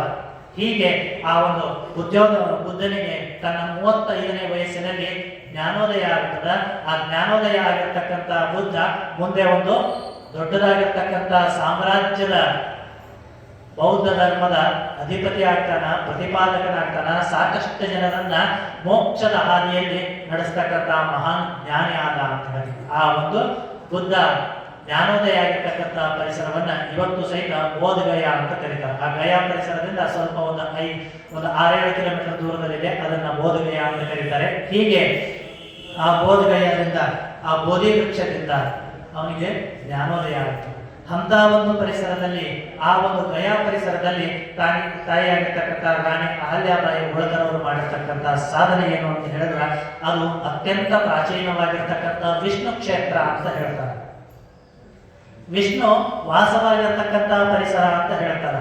ಆ ವಾಸವಾಗಿರ್ತಕ್ಕಂಥ ಪರಿಸರ ಹೇಗೆ ಅಂತ ಹೇಳಿದ್ರೆ, ಅಲ್ಲೊಬ್ಬ ಗಯಾಸುರ ಅಂತ ಹೇಳಿ ಒಬ್ಬ ರಾಜ, ಒಬ್ಬ ರಾಕ್ಷಸ ಅಂತ ಹೇಳ್ತಾರ, ಒಬ್ಬ ಅಸುರ ಇದ್ದ. ಆ ಗಯಾಸುರ ತಪಸ್ಸನ್ನ ಮಾಡ್ತಾನೆ, ಸಾಕಷ್ಟು ತಪಸ್ಸನ್ನ ಮಾಡ್ತಾನ. ಸಾಕಷ್ಟು ತಪಸ್ಸನ್ನ ಮಾಡಿದ ಮೇಲೆ ಒಂದು ಕಡೆಗೆ ಹೇಳ್ತಾರ ಅದ್ವೈತ ಅದ್ವೈತ ಅಂತ ಹೇಳಿದ್ರೆ ಬಹಳ ವ್ಯತ್ಯಾಸ ಏನಿಲ್ಲ. ಅದ್ವೈತ ಅಂದ್ರೆ ಏನು, ದ್ವೈತ ಅಂದ್ರೆ ಏನು ಅಂತ ಹೇಳಿದ್ರೆ ಬಹಳ ನಾವು ಅನ್ಕೋತೀವಿ, ಅದೇನೋ ಬಹಳ ತತ್ವಗಳು, ಬಹಳ ಸಿದ್ಧಾಂತಗಳದವು ಅಂತೇಳಿ. ಒಂದು ದಿವಸ ಒಬ್ಬನಿಗೆ ತನ್ನ ಮಗನನ್ನ ಕಲಿಯೋದಕ್ಕೆ ಕಳಿಸಬೇಕು ಅಂತ ಹೇಳಿ, ಆಗಿನ ಕಾಲದಲ್ಲಿ ಹುಟ್ಟಿರ್ತಕ್ಕಂಥ ಮಕ್ಕಳು 6 ವರ್ಷ, 4 ವರ್ಷ, 5 ವರ್ಷ ಇದ್ದಾಗ ಅವರನ್ನು ಕಲಿಯೋದಕ್ಕೆ ಬಿಡ್ತಿದ್ರು. ಅಲ್ಲಿ 12 ವರ್ಷಗಳ ಗುರುಕುಲ ಅಧ್ಯಯನವನ್ನ ಮಾಡಿ ವಾಪಸ್ ಬರ್ತಿದ್ರು. ವಾಪಸ್ ಬಂದ ತಕ್ಷಣ ಆ ವ್ಯಕ್ತಿಗೆ ತಂದೆ ತನ್ನ ಮಗನನ್ನು ಪರೀಕ್ಷೆ ಮಾಡ್ತಾನ. ಇದು ಛಾಂದೋಗ್ಯ ಉಪನಿಷತ್ತಲ್ಲಿ ಬರ್ತಕ್ಕಂಥ ಕಥೆ. ತನ್ನ ಮಗನಿಗೆ ಉಪದೇಶ ಕೇಳ್ತಾನ, ಏನು ಕಲ್ತು ಬಂದಿ ಅಂತ ಹೇಳ್ತಾನ. ಏನಿಲ್ಲ, ಭಗವಂತನನ್ನ ನಾವು ಆರಾಧಿಸಬೇಕು, ಧ್ಯಾನಿಸಬೇಕು, ಪೂಜಿಸಬೇಕು, ಸದಾಕಾಲ ಅವನ ನಾಮಸ್ಮರಣೆಯಲ್ಲಿ ಇರಬೇಕು ಅಂತ ಹೇಳ್ತಾನೆ. ಹೌದಾ, ನಾವು ಬೇರೆ, ಹಂಗಂದ್ರೆ ಭಗವಂತ ಬೇರೆ, ಹೌದೇನು? ಹೌದು, ಇದನ್ನೇ ಹೇಳ್ಕೊಟ್ರೆ ನಮ್ಮ ಗುರುಗಳು ಅಂತ ಹೇಳ್ದ. ಹಂಗಲ್ವ ತಮ್ಮ ಅಂತ ಹೇಳ್ತಾರೆ. ಇಲ್ಲ, ನಾನು ಕಲ್ತಿರ್ತಕ್ಕಂಥದ್ದು ಏನು ಅಂತ ಹೇಳಿದ್ರೆ, ನಾವು ಯಾವ ಜೀವಮಾನದಲ್ಲಿ ಹುಟ್ಟಿನಿಂದ ನಮಗೆ ತಿಳುವಳಿಕೆ ಅಂತಕ್ಕಂಥದ್ದು ಯಾವತ್ತು ಬರ್ತದ ಅವತ್ತಿನಿಂದ ಭಗವಂತನ ನಾಮಸ್ಮರಣೆಯಲ್ಲಿ ಇರಬೇಕು. ಭಗವಂತನ ಸಾಮೀಪ್ಯ, ಸಾರೂಪ್ಯ, ಸಾಯುಜ್ಯ, ಸಾಲೋಕ್ಯ ಅಂತ ಹೇಳ್ತಾರೆ. ಈ 4 ತರದ್ದು ಭಗವಂತನನ್ನ, ವಿಷ್ಣುವನ್ನ ಪೂಜೆ ಮಾಡಿ ವಿಷ್ಣುವಿನ ಹತ್ರ ಈ 4ನ್ನ ಪಡಿಬೇಕು ಅಂತ ಹೇಳಿ ಸಾಕಷ್ಟು ಜೀವಮಾನವೆಲ್ಲ ಪೂಜೆ ಮಾಡ್ತಾರೆ. ಸಾಯುಜ್ಯ ಅಂತ ಹೇಳಿದ್ರೆ ಅವನ ಆಸ್ಥಾನದಲ್ಲಿ ಇರೋದು. ಈ ಹೆಂಗ ಅವನ ರಾಜ ಅಂತ ಹೇಳಿದ್ರೆ ರಾಜನ ಆಸ್ಥಾನದಲ್ಲಿ ಕುಳಿತುಕೊಳ್ಬಹುದು, ಅಲ್ಲೆಲ್ಲ ಕಡೆ ಓಡಾಡಬಹುದು, ಅವನ ಅರಮನೆ ಸುತ್ತ ಇರ್ಬೋದು. ಅರಮನೆ ಒಳಗೆ ಹೋಗಕ್ಕಾಗಲ್ಲ, ಅರಮನೆ ಸುತ್ತ ಓಡಾಡಬಹುದು. ಇನ್ನು ಸಾಲೋಕ್ಯ ಅಂತ ಹೇಳಿದ್ರೆ ಅವನು ಇರ್ತಕ್ಕಂಥ ಲೋಕದಲ್ಲಿ ಅವನು ಯಾವ ಊರಾಗಿದಾನ ಆ ಊರಾಗ ಹೋಗಿರ್ಬೋದು. ಇನ್ನು ಸಾಮೀಪ್ಯ ಅಂತ ಹೇಳಿದ್ರೆ ಅವನ ಹತ್ತಿರದಲ್ಲಿ ಇರ್ಬೋದು. ಅವ ಸಿಂಹಾಸನದ ಮೇಲೆ ಕುತ್ಕೊಂಡ ಅಂತ ಹೇಳಿದ್ರೆ ಅವನು ಬಹಳ ಹತ್ತಿರದಲ್ಲಿ ನಾವು ಸಹಿತ ಒಂದು ಆಸನವನ್ನು ಹಾಕೊಂಡು ನಾವು ಕುತ್ಕೊಳ್ಬಹುದು, ಸಾಮೀಪ್ಯ ಅಂತ ಹೇಳ್ತಾರೆ. ಇನ್ನ ಸಾರೂಪ್ಯ ಅಂತ ಹೇಳ್ತಾರೆ. ಸಾರೂಪ್ಯ ಅಂತ ಹೇಳಿದ್ರೆ ಅವನಂತೆ ಅವನ ರೂಪದಲ್ಲಿ ಓಡಾಡಬಹುದೇ ಹೊರತು ಭಗವಂತನಾಗಲಿಕ್ಕೆ ಸಾಧ್ಯ ಇಲ್ಲ. ಈ ರೀತಿ ಜ್ಞಾನವನ್ನು ಹೇಳ್ಕೊಡ್ತಾನ. ಹೌದೇನಪ್ಪ ಅಂತೇಳಿ ಹಂಗಂತ ನಡೀತಮ್ಮ ಅಂತೇಳಿ ಮಾರ್ಕೆಟ್ಗೆ ಹೋಗೋರು ನಡಿ ಅಂತೇಳಿ ಆ ತಂದೆ ಮಗನನ್ನು ಕರ್ಕೊಂಡು ಹೋಗ್ತಾನ. ಮಗನನ್ನು ಕರ್ಕೊಂಡು ಹೋದ ತಕ್ಷಣ ಒಬ್ಬ ಆ ಕಡೆಯಿಂದ ಕ್ಷೌರಿಕ ಬರ್ತಾನ. ನಾಪಿತ ಅಂತ ಕ್ಷೌರಿಕ ಕಟಿಂಗ್ ಮಾಡೋರು ಅಂತ ಹೇಳ್ತಾರಲ್ಲ, ಆ ಕ್ಷೌರಿಕ ಬರ್ತಿರ್ತಾನ. ಈ ವ್ಯಕ್ತಿ ತನ್ನ ಮಗನನ್ನ ಕೈ ಹಿಡಿದು ಕರ್ಕೊಂಡು ಹೋಗ್ಬೇಕಾದ್ರೆ ಅವನ ಕೈ ಬಿಟ್ಟು ಆ ಕ್ಷೌರಿಕನಿಗೆ ಸಾಷ್ಟಾಂಗ ನಮಸ್ಕಾರ ಹಾಕಿಬಿಡ್ತಾನೆ. ಸಾಷ್ಟಾಂಗ ನಮಸ್ಕಾರ ಹಾಕಿದ ತಕ್ಷಣ ಆ ವ್ಯಕ್ತಿಗೆ ಮೈಯಾಗ ಪೂರ್ತಿ ಬೆವರು ಬಂದ್ಬಿಡ್ತದ. ನಾನೇನೋ ತಪ್ಪು ಮಾಡೀನಿ, ನಾನು ಇನ್ನು ಬದುಕಿರೋದ ವೇಸ್ಟ್ ಅಂತ ಹೇಳ್ಬಿಟ್ಟು ಆ ವ್ಯಕ್ತಿಗೆ ಬಹಳ ಹೆದರಿಕೆ ಬಂದ್ಬಿಡ್ತದ. ಯಪ್ಪ ಹಂಗ್ಯಾಕೆ ಮಾಡಿದ್ರಪ್ಪ ಅಂತೇಳಿ ಮಾ ಅಂತ ಕೈ ಮುಗಿತಾನೆ. ಯಾಕಂದ್ರೆ ಮುಟ್ಟಿ ಎಬ್ಸಕ್ ಬರಲ್ಲ. ಅವ ನೋಡಿದ್ರೆ ಒಬ್ಬ ಸಭ್ಯಸ್ಥನಾಗಿರ್ತಕ್ಕಂಥ, ಒಬ್ಬ ಸದ್ಗಣಿ ಆಗಿರ್ತಕ್ಕಂಥ, ಒಬ್ಬ ಪೌರೋಹಿತ್ಯ ಧರ್ಮದಲ್ಲಿ ಇರ್ತಕ್ಕಂಥವನಾಗಿದ್ದಾನ, ಒಬ್ಬ ಶ್ರೇಷ್ಠ ವ್ಯಕ್ತಿ ಅದನ್ನ. ಅವನನ್ನು ನಾನು ಹೆಂಗೆ ಮುಟ್ಟಿ ಮುಟ್ಟಿ ಇನ್ನು ಎಬ್ಬಿಸಿದೆ ಅಂತ ಹೇಳಿದ್ರೆ ಮತ್ತೆ ಅವನ ಮೈಲಿಗೆ ಆಗಿಬಿಡ್ತಾನ ಅಂತಕ್ಕಂಥ ಭಾವನೆಯಲ್ಲಿ ಈ ವ್ಯಕ್ತಿ ಹಂಗ ಮಾಡಕ್ ಹೋಗಬೇಡ್ರಿ, ಏನು ತಪ್ಪಾತ ಹೇಳ್ರಿ ಅಂತ ಕೇಳಿದಂತೆ. ಯಾಕೆ ಹಿಂಗ್ ಮಾಡ್ತೀಯೋ, ಎಲ್ಲ ಒಂದಲ್ಲ ಅಂತ ಹೇಳಿದಂತೆ. ಇಲ್ಲ ನೀವು ದೇವ್ರಪ್ಪ ಅಂತ ಹೇಳಿದ. ದೇವ್ರ ಹೆಂಗ, ದೇವ್ರನ್ನ ಬೇರೆ ಇರ್ತಾನಂತ. ಇಲ್ಲ ನಿಮ್ಮ ದೇವರು, ನಾವು ಮನುಷ್ಯರು, ನೀವೆಲ್ಲ ನಮಗ ಪೌರೋಹಿತ್ಯ ಧರ್ಮವನ್ನ ಮಾಡಿ ನಮ್ಮನ್ನ ದೇವರ ಹತ್ರ ದೇವರ ಆಶೀರ್ವಾದವನ್ನ ನಮಗೆ ತಲುಪಿಸ್ತಕ್ಕಂಥವ್ರು, ನೀವು ದೇವರಂತ ಸಮಾನ ಅಂತ ಹೇಳಿದಂತೆ. ಹಂಗಾಗಿ ಆ ತಾನೇ ಮಗನಿಗೆ ಹೇಳ್ತಾನ, ನೋಡ್ತಮ್ಮ ಇದನ್ನ ಕಲಿಯಾಕ 12 ವರ್ಷ ಬೇಕಾಗಿರ್ಲಿಲ್ಲ. ಯಾವ್ದನ್ನ ನಾ ಬೇರೆ ದೇವ್ರು ಬೇರೆ ಅನ್ನೋದನ್ನ ಕಲಿಯೋದಕ್ಕೆ 12 ವರ್ಷ ಬೇಕಾಗಿರ್ಲಿಲ್ಲ. ನಾನು ಒಂದ ದೇವ್ರು ಒಂದ ಅಂತೇಳಿ ಯಾವಾಗ ತತ್ವಮಸಿ ಅಂತಕ್ಕಂಥ ಬೋಧ ಆಗ್ತದೋ, ಯಾವಾಗ ಒಂದು ಜ್ಞಾನವನ್ನ ತಿಳ್ಕೊಳ್ಳೋದ್ರಿಂದ ಎಲ್ಲ ಸಮಗ್ರವಾಗಿರ್ತಕ್ಕಂಥ ಆ ಒಂದು ವಸ್ತುವಿನ ಜ್ಞಾನ ಆಗ್ತದಲ್ಲ, ಅದು ನಿಜವಾಗಿರ್ತಕ್ಕಂಥ ಜ್ಞಾನ. ಅವಾಗಲೇ ನಾವು ಆ ಸಂಪೂರ್ಣವಾಗಿರ್ತಕ್ಕಂಥ ಪರಬ್ರಹ್ಮ ಸ್ವರೂಪರಾಗ್ತೀವಿ, ಪರಮಾತ್ಮನ ಸ್ವರೂಪರಾಗ್ತೀವಿ. ಅದನ್ನ ತಿಳ್ಕೊಳ್ಳೋದಕ್ಕೋಸ್ಕರ ನಿನ್ನ 12 ವರ್ಷ ಕಲಿಸಿದ್ದು, ನೀನು ಕಲ್ತಿಲ್ಲ. ಇನ್ನು ಆ ವ್ಯಕ್ತಿಗೆ ಏನು ಗೊತ್ತೈತಿ, ನಿನಗೂ ಅದ ಗೊತ್ತೈತೆ ಹೊರತು ಆ ವ್ಯಕ್ತಿಗಿಂತ ನೀನೇನು ವಿಶೇಷವಾಗಿ ತಿಳ್ಕೊಂಡಿಲ್ಲ. ಹಂಗಾಗಿ ಮತ್ತೆ ಹೋಗಿ ಗುರುಕುಲಕ್ಕೆ ಹೋಗುವಂತ ಗುರುಕುಲ ಕಲಿಯಾಕ ಕಳಿಸ್ತಾನೆ ಅಂತ ಹೇಳಿದ್ರ, ದ್ವೈತ ಅಂತ ಹೇಳಿದ್ರ ಭಗವಂತ ಬೇರೆ ನಾವು ಬೇರೆ ಅಂತಕ್ಕಂಥ ಒಂದು ದೃಷ್ಟಿಯಲ್ಲಿ ಭಗವಂತನ ಸಾರೂಪ್ಯ, ಸಾಮೀಪ್ಯ, ಸಾಯುಜ್ಯ, ಸಾರೋಕ್ಯವನ್ನ ಎಲ್ಲವನ್ನ ಸಿದ್ಧಿಯನ್ನ ಪಡೆದುಕೊಂಡಿರತಕ್ಕಂಥ ಗಯಾಸುರ ಯಾವುದು ಮನಸ್ಸಿಗೆ ಬೇಕೋ ಆ ರೀತಿ ಆಗ್ತಕ್ಕಂಥವನಿದ್ದ. ವಿಷ್ಣು ಪ್ರತ್ಯಕ್ಷ ಕೇಳಿದಂತ, ಏನು ವರ ಬೇಕು ಅಂತ ಹೇಳಿ. ಏನಿಲ್ಲ, ನಿನ್ನ ನಾಮಸ್ಮರಣೆಯಲ್ಲಿ ಆನಂದವಾಗಿದ್ದೀನಪ್ಪ, ನನಗೇನು ಬೇಕಾಗಿಲ್ಲ ಅಂತ ಹೇಳಿದ್ರು. ಅದಕ್ಕೆ ಯಾರ ನಾವು ತಪಸ್ಸು ಮಾಡಿದ್ವಿ ಅಂತ ಹೇಳಿದ್ರೆ, ಭಗವಂತ ಏನಾದ್ರು ನಾವು ತಪಸ್ಸು ಮಾಡಬೇಕು ಅಂತ ಹೇಳಿದ್ರೆ ಏನಾದ್ರು ಒಂದು ಗುರಿ ಇಟ್ಕೊಂಡ ತಪಸ್ಸು ಮಾಡ್ತೀವಿ. ಯಾಕಂತ ಹೇಳಿದ್ರೆ ದುರ್ಗಮ್ ಡ್ಯಾಮ್ ಅಂತ ಬರಬೇಕು ಅಂತ ಹೇಳಿದ್ರೆ ಇನ್ನೊಂದು ಲಿಸ್ಟ್ ರೆಡಿ ಇದ್ದಷ್ಟು ದುರ್ಗಮ್ ಡ್ಯಾಮ್ ನೆನಪಾಗ್ತಾನೆ. ಅದಕ್ಕೆ ಹೇಳ್ತೀವಿ ನೋಡ್ರಿ, ಸಂಕಟ ಬಂದಾಗ ಆ ಭಗವಂತ ನೆನಪಾಗಬೇಕು ಅಂತ ಹೇಳಿದ್ರೆ ನಮಗೇನದ ಕಷ್ಟ ಬಂದಾಗ, ಇಲ್ಲ ಅಂತ ಹೇಳಿದ್ರೆ ಭಗವಂತ ನೆನಪಾಗಿರೋದಿಲ್ಲ. ಇವನು ಸದಾವಕಾಲ ಗಯಾಸುರ ಭಗವಂತನನ್ನ ನೆನಪಿನಲ್ಲಿ ಇಟ್ಟುಕೊಂಡು ಸದಾವಕಾಲ ಇರ್ತಕ್ಕಂಥವ್ನು ಭಗವಂತನೇ ಬಂದು ಏನ್ ಬೇಕಪ್ಪ ಅಂತ ಕೇಳಿದ್ರೆ ಏನೂ ಬೇಡ ಅಂತ ಹೇಳಿದ. ಹೀಗಿರ್ತಕ್ಕಂಥವ್ನು ನಿನ್ನ ಹತ್ರ ಯಾರು ಬರ್ತಾರಲ್ಲ ಅವರಿಗೆ ಮೋಕ್ಷ ಸಿಗುತ್ತಲ್ಲ ಅಂತ ಹೇಳಿದ್ರು. ನಿನ್ನ ಹತ್ರ ಯಾರು ಬರ್ತಾರ ಅವ್ರು ನಿಜವಾಗಿ ನಿನ್ನನ್ನು ಯಾರು ಸ್ಪರ್ಶ ಮಾಡ್ತಾರ ಅವರೆಲ್ಲ ವೈಕುಂಠ ವಾಸಿಗಳಾಗ್ತಾರ. ಅವರು ಮಾಡಿರ್ತಕ್ಕಂತಹ ಸಕಲ ಪಾಪಗಳು ಸಹಿತ ನಾಶ ಹೊಂದವ ಅಂತ ಹೇಳಿ ವರವನ್ನ ವಿಷ್ಣು ಕೊಡ್ತಾರೆ. ವಿಷ್ಣು ಕೊಟ್ಟ ಮೇಲೆ ಈ ವ್ಯಕ್ತಿಗೆ ತಪಸ್ಸು ಮಾಡಿರೋದು ಸಾರ್ಥಕ ಅಂತ ಆರಾಮ ಗಯ ಅಂತಕ್ಕಂಥ ಕ್ಷೇತ್ರದಲ್ಲಿ ವಾಸವಾಗಿದ್ದ. ಹೀಗೆ ಇರಬೇಕಾದ್ರೆ ಸಾಕಷ್ಟು ಜನ ಇದನ್ನು ತಿಳಿದುಕೊಂಡ್ರು. ಯಾರು ಹೋಗಿ ಗಯಾಸುರನನ್ನ ಸ್ಪರ್ಶ ಮಾಡ್ತಾರಲ್ಲ ಅವರ ಪಾಪಗಳೆಲ್ಲ ನಾಶವಾಗಿ ಹೋಗ್ತದ. ಅವರು ಭಗವಂತನ ವಿಷ್ಣುವಿನ ಸಾನ್ನಿಧ್ಯವನ್ನು ಹೊಂದ್ತಾರ, ವೈಕುಂಠ ವಾಸಿಗಳಾಗ್ತಾರ. ಸಾಲೋಕ್ಯ, ಸಾಯುಜ್ಯ, ಸಾಲೋಕ್ಯ, ಸಾಮೀಪ್ಯ ಅಂತಕ್ಕಂಥ ಪದವಿಗಳನ್ನು ಹೊಂದ್ತಾರ ಅಂತ ಹೇಳಿ ಬಹಳ ಜನ ಇದು ಪ್ರಸಿದ್ಧಿ ಆಗಿಬಿಡ್ತು. ಪ್ರಸಿದ್ಧಿ ಆದ ತಕ್ಷಣ ಹೆಂಗಿದ್ರು ಪಾಪ ಅನ್ನೋದು ಹೊಕ್ಕತಿ. ಭಗವಂತನನ್ನು ಮುಟ್ಟಿದ್ರೆ ಪಾಪ ಅನ್ನೋದು ಹೊಕ್ಕತ್ತಲ್ಲ ಅಂತ ಹೇಳಿ ಗಯಾಸುರನನ್ನು ಮುಟ್ಟಿದ್ರ, ಹಂಗಾಗಿ ನಮ್ಮ ಪಾಪವನ್ನೆಲ್ಲ ಕಳ್ಕೊಂಡು ನಾವು ಹೋಗೋಣ ಅಂತೇಳಿ ಬಹಳಷ್ಟು ಜನ ಹೊಂಟ್ಬಿಟ್ಟು ವೈಕುಂಠಕ್ಕೆ ಹೊಂಟು ಬಹಳ ಜನ. ಇದು ಒಂದು 10 ವರ್ಷಗಳ ಕಾಲ ಹಿಂಗೆ ನಡೆದ ತಕ್ಷಣ ಯಮ ನನ ಹೊಡ್ಕೊಂತ ಕೂತ್ಕೊಂಡ. ಏನು ಕೆಲಸನ ಇಲ್ಲ. ಆಯ್ತು, ಈ ಲೋಕದಲ್ಲಿ ಒಂದಿಷ್ಟು ರೋಗ ರುಜಿನಗಳನ್ನು ಸೃಷ್ಟಿ ಮಾಡೋಣ ಅಂತ ಹೇಳ್ಬಿಟ್ಟು ರೋಗ ರುಜಿನಗಳನ್ನು ಸೃಷ್ಟಿ ಮಾಡಿದ್ರು. ಬ್ರಹ್ಮದೇವ ಆಯ್ತು ನರಕ ಅಂತಕ್ಕಂಥದ್ದು ಖಾಲಿ ಆಗಿಬಿಡೋದಕ್ಕ ವೈಕುಂಠದಲ್ಲಿ ತುಂಬಿ ತುಳುಕ್ತಾ ಇದ್ದಾರೆ ಜನಗಳು, ಹಾಗಾಗಿ ಒಂದಿಷ್ಟು ರೋಗ ರುಜಿನಗಳನ್ನ ಸೃಷ್ಟಿ ಮಾಡೋಣ ಅಂತ ರೋಗ ರುಜಿನಗಳನ್ನೆಲ್ಲ ಊರು ತುಂಬ ಸೃಷ್ಟಿ ಮಾಡಿದ್ರು. ಆದ್ರೂ ಆ ರೋಗ ಬಂದವರು ಆ ಭಗವಂತನನ್ನ ಬಂದು ಸ್ಪರ್ಶ ಮಾಡಿದ್ರ, ಆ ಗಯಾಸುರನನ್ನ ಸ್ಪರ್ಶ ಮಾಡಿದ್ರೆ ರೋಗ ರುಜಿನಗಳೆಲ್ಲ ನಾಶ ಆಗುದು. ಅಂದ್ರ ನೀವು ಎಷ್ಟರ ತಪಸ್ಸು ಮಾಡಿರ್ಬೇಕು. ಹಾಗ ಬಹಳ ಜನ ದೇವತೆಗಳಿಗೂ ಒಂದು ಪ್ರಶ್ನೆ ಚಿಹ್ನೆ ಆಗ್ಬಿಡುತ್ತೆ, ಇವನನ್ನ ಹೆಂಗ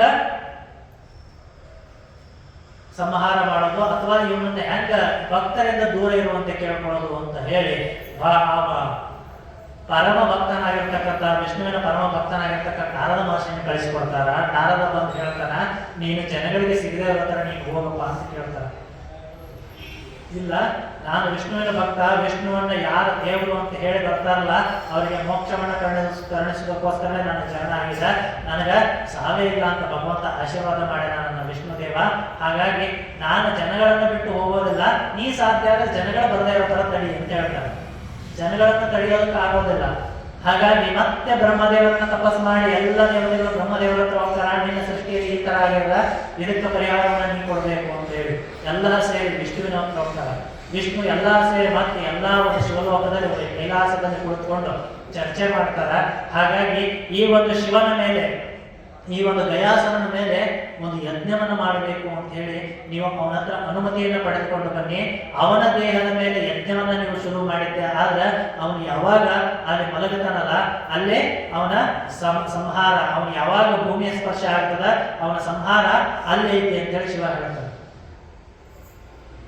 ಹೇಳಿದ ತಕ್ಷಣ ಆಯ್ತು ಅಂತ ಹೇಳಿ ಬ್ರಹ್ಮದೇವ ಒಬ್ಬ ವಿಷಯ ವೇಷದಲ್ಲಿ ಬಂದು, ಇಲ್ಲ ನನಗೆ ನೀ ಎಲ್ಲರಿಗೂ ಕೊಡ್ತಕ್ಕಂಥವನು, ನಿನ್ನ ಶರೀರದ ಮೇಲೆ ನಾನು ಯಜ್ಞಯಾಗಗಳನ್ನು ಮಾಡಬೇಕು ಅಂತ ವಿಚಾರ ಮಾಡಿದ್ದೀನಿ, ಹಾಗಾಗಿ ಅನುಮತಿ ಕೊಡು ಅಂತ ಹೇಳ್ತಾರೆ.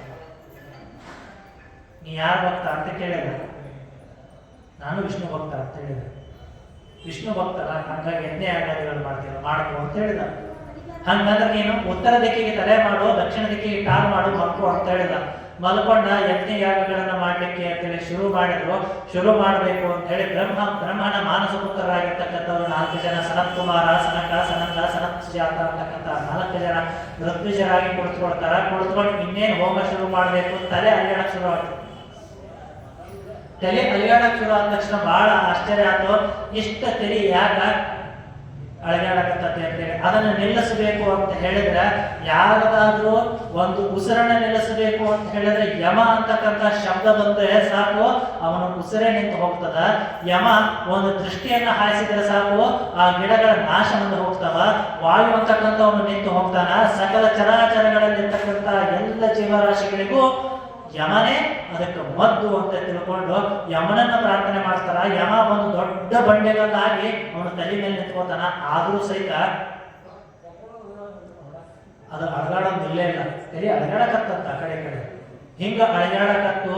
ಇನ್ನೂ ಇವನ ಸಂಪೂರ್ಣವಾಗಿ ಇವನ ಸಂಹಾರ ಆಗಿಲ್ಲ, ಇವನು ಆ ವೈಕುಂಠವಾಸಿ ಆಗಿಲ್ಲ ಅಂತ ಹೇಳಿ ವಿಚಾರ ಮಾಡಿ ಬಹಳಷ್ಟು ಮತ್ತೆ ವಿಷ್ಣುವನ್ನ ಪ್ರಾರ್ಥನೆ ಮಾಡ್ತಾರ. ವಿಷ್ಣು ಬಂದು ಎಲ್ಲಾ ದೇವರು ತಮ್ಮ ತಮ್ಮ ಆಯುಧಗಳನ್ನ ಹೇಳ್ತಾರ, ತಾವು ಬಂದು ಅಲ್ಲಿ ನೆಲೆಸ್ತಾರ. ಆದ್ರೂ ಸಹಿತ ಅದು ಅಳಗಾಡೋದು ನಿಲ್ಲೋದಿಲ್ಲ.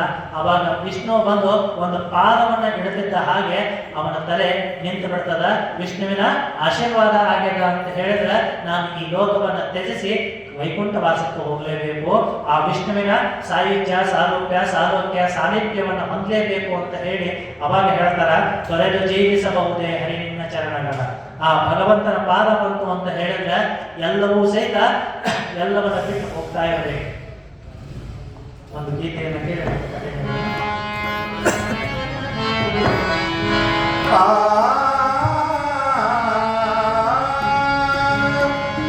ತೊರೆದು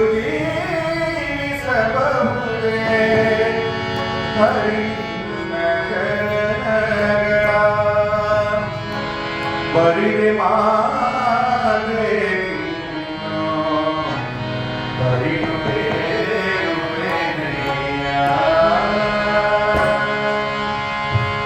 ತೊರೆದು ಜೀವಿಸಬಹುದೇ ಹರಿ ತೊರೆದು ಜೀವಿಸಬಹುದೇ ಹರಿ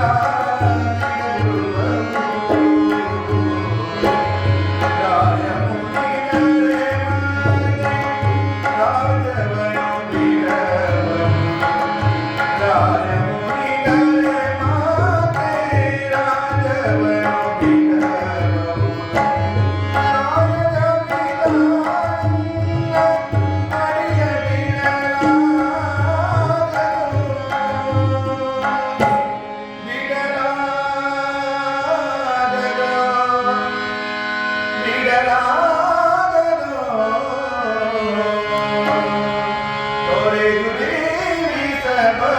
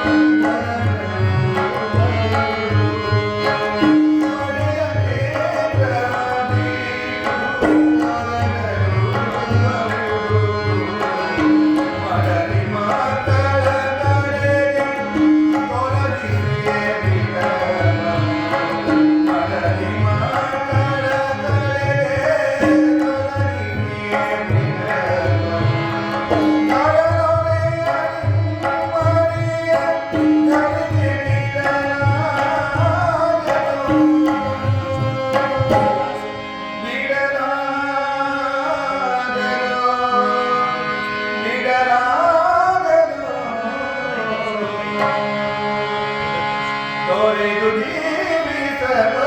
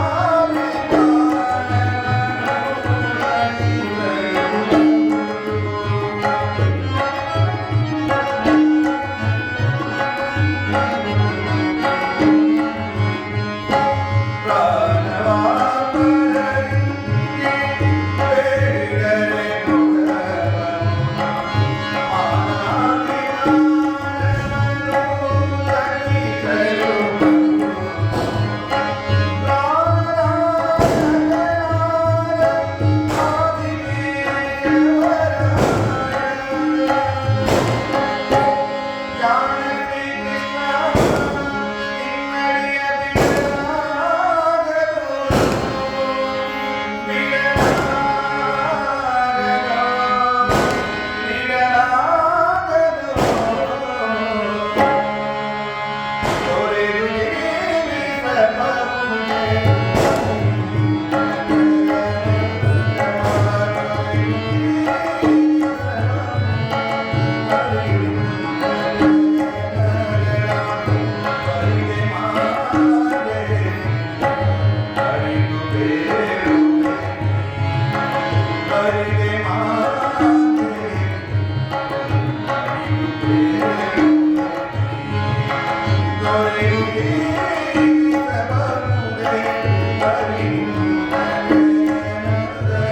ಜೀವಿಸಬಹುದೇ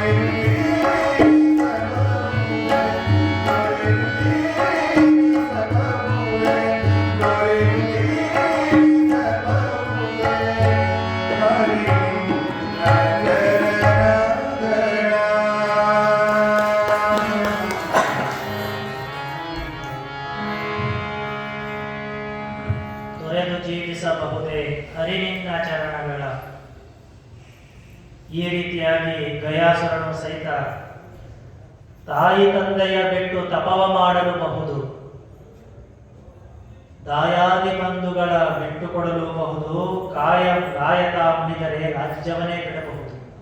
ಯಾವುದೋ ಭಗವಂತನ ಒಂದು ಪಾದ ಧೂಳಿನ ಒಂದು ಕಣವು ಸಿಕ್ಕರು ಸಾಕು, ಇದೆಲ್ಲವನ್ನ ಬಿಡಬಹುದು ಅಂತ ಹೇಳ್ತಾರೆ. ಕಾಯಚಾಪಿತ ನಿನ್ನದೇ ಬಿಡಲಾಗದು. ಕನಕದಾಸರು ಬಹಳ ಅದ್ಭುತವಾಗಿ ಈ ಒಂದು ಗೀತೆಯನ್ನ ಬಹಳ ಚೆನ್ನಾಗಿ ಹೇಳ್ತಾರ. ಒಡಲು ಹಸಿದರೆ ಅನ್ನವನ್ನ ಬಿಡಬಹುದು, ಭಗವಂತನ ಕೃಪೆ ನಮಗೆ ಆಗ್ತಾ ಇದೆ ಅಂತ ಹೇಳಿದ್ರ ಹಸಿವನ್ನು ಸಹಿತ ತೊರೆದು ಬಿಡಬಹುದು, ಏನೆಲ್ಲವನ್ನ ಸಹಿತ ಪಡೆದ ಕ್ಷೇತ್ರವ ಬಿಟ್ಟು ಹೊರಡಲೂಬಹುದು. ನಾವು ಯಾವುದನ್ನಾದ್ರೂ ಇಷ್ಟೆಲ್ಲ ಸಾಮ್ರಾಜ್ಯವನ್ನ ಗೆದ್ದಿದ್ದೀವಿ, ಭಗವಂತನ ದಯ ಆಗ್ತಾ ಇದೆ ಅಂತ ಹೇಳಿದ್ರೆ ಸಾಕು, ಕೈಯಾಗಿರುವುದನ್ನ ನಾವು ಸಂಪಾದನೆ ಮಾಡಿರುವುದನ್ನ ಎಲ್ಲವನ್ನ ಬಿಟ್ಟು ಹೋಗಬಹುದು. ಯಾವಾಗ ಆ ಭಗವಂತನ ಕರುಣೆ, ಭಗವಂತನ ಒಂದು ಪಾದದ ಅವಕಾಶ, ದರ್ಶನದ ಅವಕಾಶ, ಆ ಒಂದು ಕ್ಷೇತ್ರದಲ್ಲಿ ವಾಸ ಮಾಡತಕ್ಕಂತ ಅವಕಾಶ ನಮಗೆ ದೊರೀತದ ಅಂತ ಹೇಳಿದ್ರೆ ಏನೆಲ್ಲವನ್ನ ಸಹಿತ ನಾವು ಬಿಟ್ಟು ಹೋಗಬಹುದು. ಆ ರೀತಿಯ ಆ ನಿಟ್ಟಿನಲ್ಲಿ ಭಗವಂತನ ಪಾದವೇ ನನ್ನ ತಲೆಯ ಮೇಲೆ ಇರಬೇಕಾದ್ರೆ, ನಾನು ಈ ಶರೀರವನ್ನು ಬಿಟ್ಟು ಹೋಗಬೇಕಾದ್ರೆ, ಈ ಭೂಲೋಕವನ್ನು ಬಿಟ್ಟು ಹೋಗದೆ ಇನ್ನೇನು ಮಾಡಲಿ ಅಂತ ಹೇಳಿ ಗಯಾಸುರ ಆ ಒಂದು ಕ್ಷೇತ್ರದಲ್ಲಿ ಅದನ್ನೆಲ್ಲವನ್ನ ಅವನು ಮುಕ್ತಿಯನ್ನು ಹೊಂದದ ಅಂತ ಹೇಳಿ ಆ ಒಂದು ಗಯಾ ಕ್ಷೇತ್ರ, ಗಯಾ ಮಹಾತ್ಮೆ ಅಂತಕ್ಕಂಥ ಪುರಾಣದ ಗಯಾ ಮಹಾತ್ಮೆ ಅಂತಕ್ಕಂಥ ಇತಿಹಾಸ ಪುಸ್ತಕದಲ್ಲಿ ಬರ್ತದೆ. ಅದರ ಜೊತೆಗೇನೆ ವಾಯು ಪುರಾಣದಲ್ಲೂ ಸಹಿತ ಸಮಾನವಾಗಿರ್ತಕ್ಕಂಥ ಕಥೆ ನಮಗೆ ತಿಳಿದು ಬರ್ತದೆ. ಈ ರೀತಿಯಾಗಿರ್ತಕ್ಕಂಥ ವಿಷ್ಣುವಿನ ಪಾದ ಆ ಒಂದು ಗಯಾ ಶಿರಸ್ ಅಂತ ಕರೀತಾರೆ, ಗಯಾ ಕ್ಷೇತ್ರವನ್ನ ಗಯಾ ಶಿರಸ್ ಅಂತ ಕರೀತಾರ. ಇನ್ನು ಗಯಾ ಮಹಾತ್ಮೆ ಅಂತಾನು ಸಹಿತ ಕರೀತಾರ.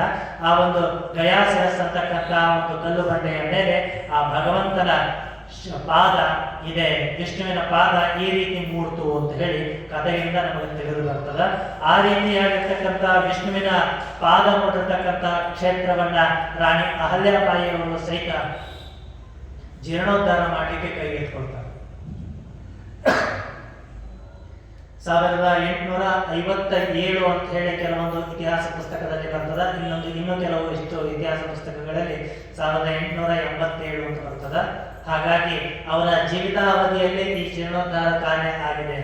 ಎಷ್ಟೋ ಜನ ಹೇಳ್ತಾರ ಅವರು ಶಿವಭಕ್ತರಾಗಿದ್ರು, ಹಾಗಾಗಿ ಸಾಕಷ್ಟು ಶಿವನ ದೇವಸ್ಥಾನಗಳನ್ನ, ಸಾಕಷ್ಟು ಶಿವನ ಮಂದಿರಗಳನ್ನ ಕಟ್ಟಿಸಿಕೊಟ್ಟಿದಾರ. ಶಿವನ ದೇವಸ್ಥಾನಗಳ ಜ್ಯೋತಿರ್ಲಿಂಗಗಳ ಜೀರ್ಣೋದ್ಧಾರ ಮಾಡಿದಾರ. ಅಲ್ಲಿ ಕೆರೆ ಕಟ್ಟೆ ಪುಷ್ಕರಣಿಗಳನ್ನ ಕಟ್ಟಿಸೋದ್ರ ಮುಖಾಂತರ ವಸತಿ ವ್ಯವಸ್ಥೆಗಳನ್ನ ಮಾಡಿಕೊಟ್ಟಿದಾರ. ಹಾಗಾಗಿ ಅವರು ಶಿವಭಕ್ತರಷ್ಟೇ ಆಗಿದ್ರು ಅಂತ ಹೇಳಿದ್ರ ಹಾಗಿರ್ಲಿಲ್ಲ. ಎಲ್ಲ ಧರ್ಮದವರಿಗೂ ಸಹಿತ ಎಲ್ಲ ತರದ ಕಾರ್ಯಗಳನ್ನು ಸಹಿತ ಮಾಡಿಕೊಟ್ರು. ಅವರು ವೈಷ್ಣವರಿಗೂ ಸಹಿತ ಪ್ರೀತಿ ಪಾತ್ರರಾಗಿದ್ರು. ಅದೇ ತರನಾಗಿ ಶೈವರಿಗೂ ಸಹಿತ ಅತ್ಯಂತ ಪ್ರೀತಿ ಪಾತ್ರವಾಗಿದ್ದು, ವಿಷ್ಣುವಿಗೂ ಸಹಿತ ಒಂದಿಷ್ಟು ಎಲ್ಲಿ ವಿಷ್ಣುವಿನ ಮಹಾತ್ಮೆಯ ಕ್ಷೇತ್ರಗಳಿದೆಯೋ ಅಲ್ಲೆಲ್ಲ ಕಡೆಗೂ ಸಹಿತ ಭೇಟಿಯನ್ನು ನೀಡಿದ್ರು. ಎಲ್ಲ ಕಡೆಗೂ ಸಹಿತ ಜೀರ್ಣೋದ್ಧಾರದ ಕಾರ್ಯಗಳನ್ನು ಮಾಡಿದ್ರು.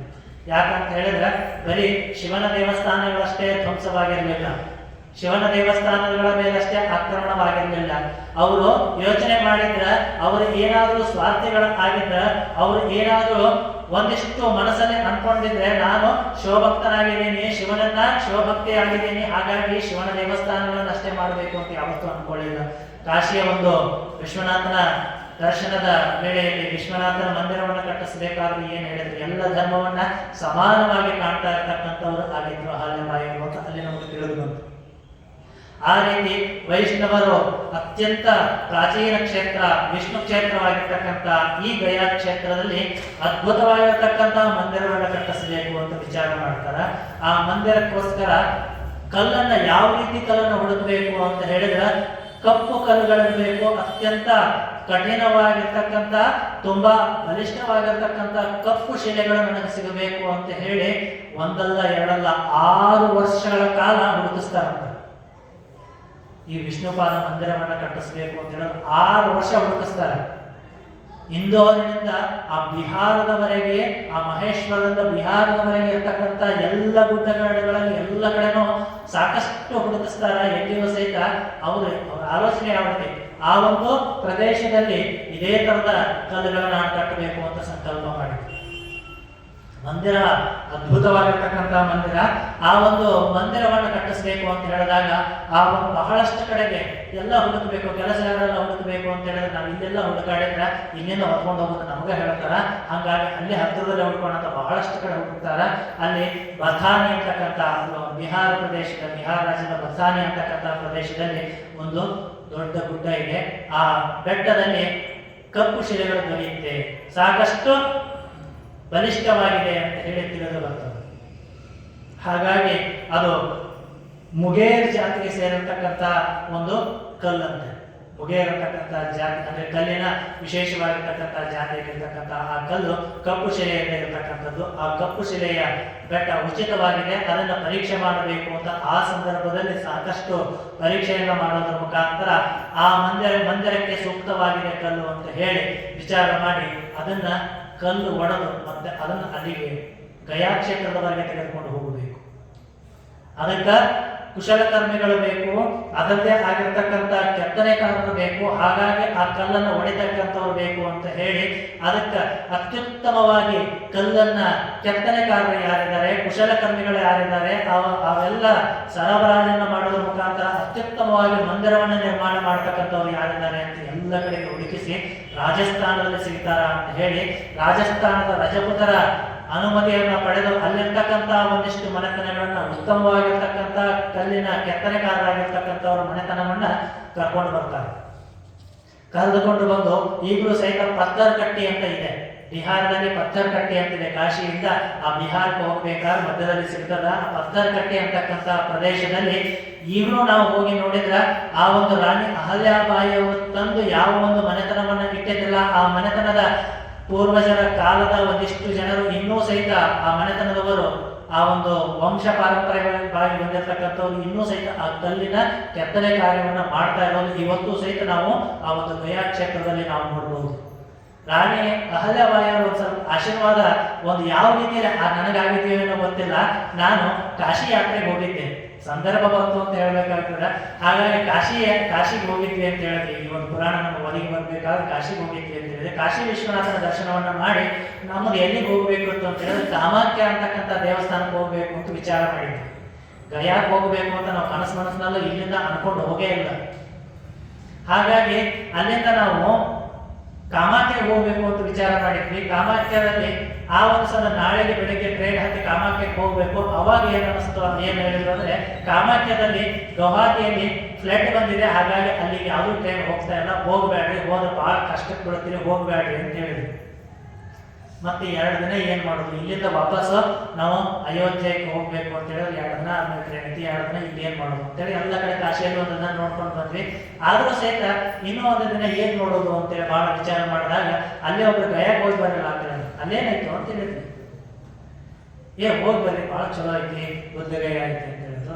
ಅಷ್ಟು ಇಂಟ್ರೆಸ್ಟ್ ಇಲ್ಲ, ಹೋಗು ನಡಿ ಅಂತ ಹೇಳಿಬಿಟ್ಟು ಆಗ ಆ ಒಂದು ನಮಗ ಆ ಒಂದು ಕಾಮಾಖ್ಯದ ದರ್ಶನ ಎಷ್ಟರ ಮಟ್ಟಿಗೆ ನಮಗೆ ಅದು ಕೈಗೂಡಿ ಬರಲಿಲ್ವೋ, ಈ ಒಂದು ವಿಷ್ಣುಪಾದ ಮಂದಿರಕ್ಕೆ ಹೋದ್ಮೇಲೆ ಅಲ್ಲಿಗೆ ಹೋಗೋದಕ್ಕೆ ಇಲ್ಲಿ ಬಂದಿದ್ದು ಬಹಳ ಚಲೋ ಆಯ್ತು. ಅಷ್ಟು ಅದ್ಭುತವಾಗಿರ್ತಕ್ಕಂಥ ಮಂದಿರ ಅಲ್ಲಿಗೆ ಇವತ್ತು ಸಹಿತ ರಾಣಿ ಅಹಲ್ಯಾಬಾಯಿ ಕಟ್ಟಿಸಿರ್ತಕ್ಕಂಥ ಮಂದಿರ. ಆ ಶಿಲೆಗಳನ್ನ ನೋಡಿ, ಆ ಕೆತ್ತನೆ ಕಾರ್ಯಗಳನ್ನು ನೋಡಿ, ಅದ್ಭುತವಾಗಿರ್ತಕ್ಕಂಥ ಕಪ್ಪು ಶಿಲೆಯ ಮಂದಿರವನ್ನು ನೋಡಿ ಮನಸ್ಸಿಗೆ ಸಾಕಷ್ಟು ಆನಂದವಾಯಿತು.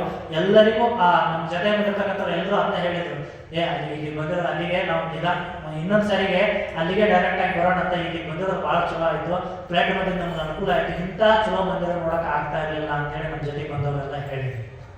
ಹಾಗೆ ಅಷ್ಟು ಅದ್ಭುತವಾಗಿರ್ತಕ್ಕಂಥ ಮಂದಿರವನ್ನ ರಾಣಿ ಅಹಲ್ಯಾಬಾಯಿಯವರು ಅಲ್ಲಿ ಅದ್ಭುತವಾಗಿ ಕಟ್ಟಿಸಿದ್ರು. ಅದಕ್ಕೋಸ್ಕರನೇ ಅಲ್ಲಿ ಅವಾಗ ಕಲ್ಲು ಹೊಡೆಯವರು ಬಂದಿರಲ್ಲ, ಆ ಮನೆತನದ ಒಂದಿಷ್ಟು ಅವಶೇಷಗಳಾಗಿರ್ಬೋದು, ಅವರೆಲ್ಲ ಅವರ ವಂಶಸ್ಥರು ಇನ್ನೂ ಕೂಡ ಇದ್ದಾರೆ.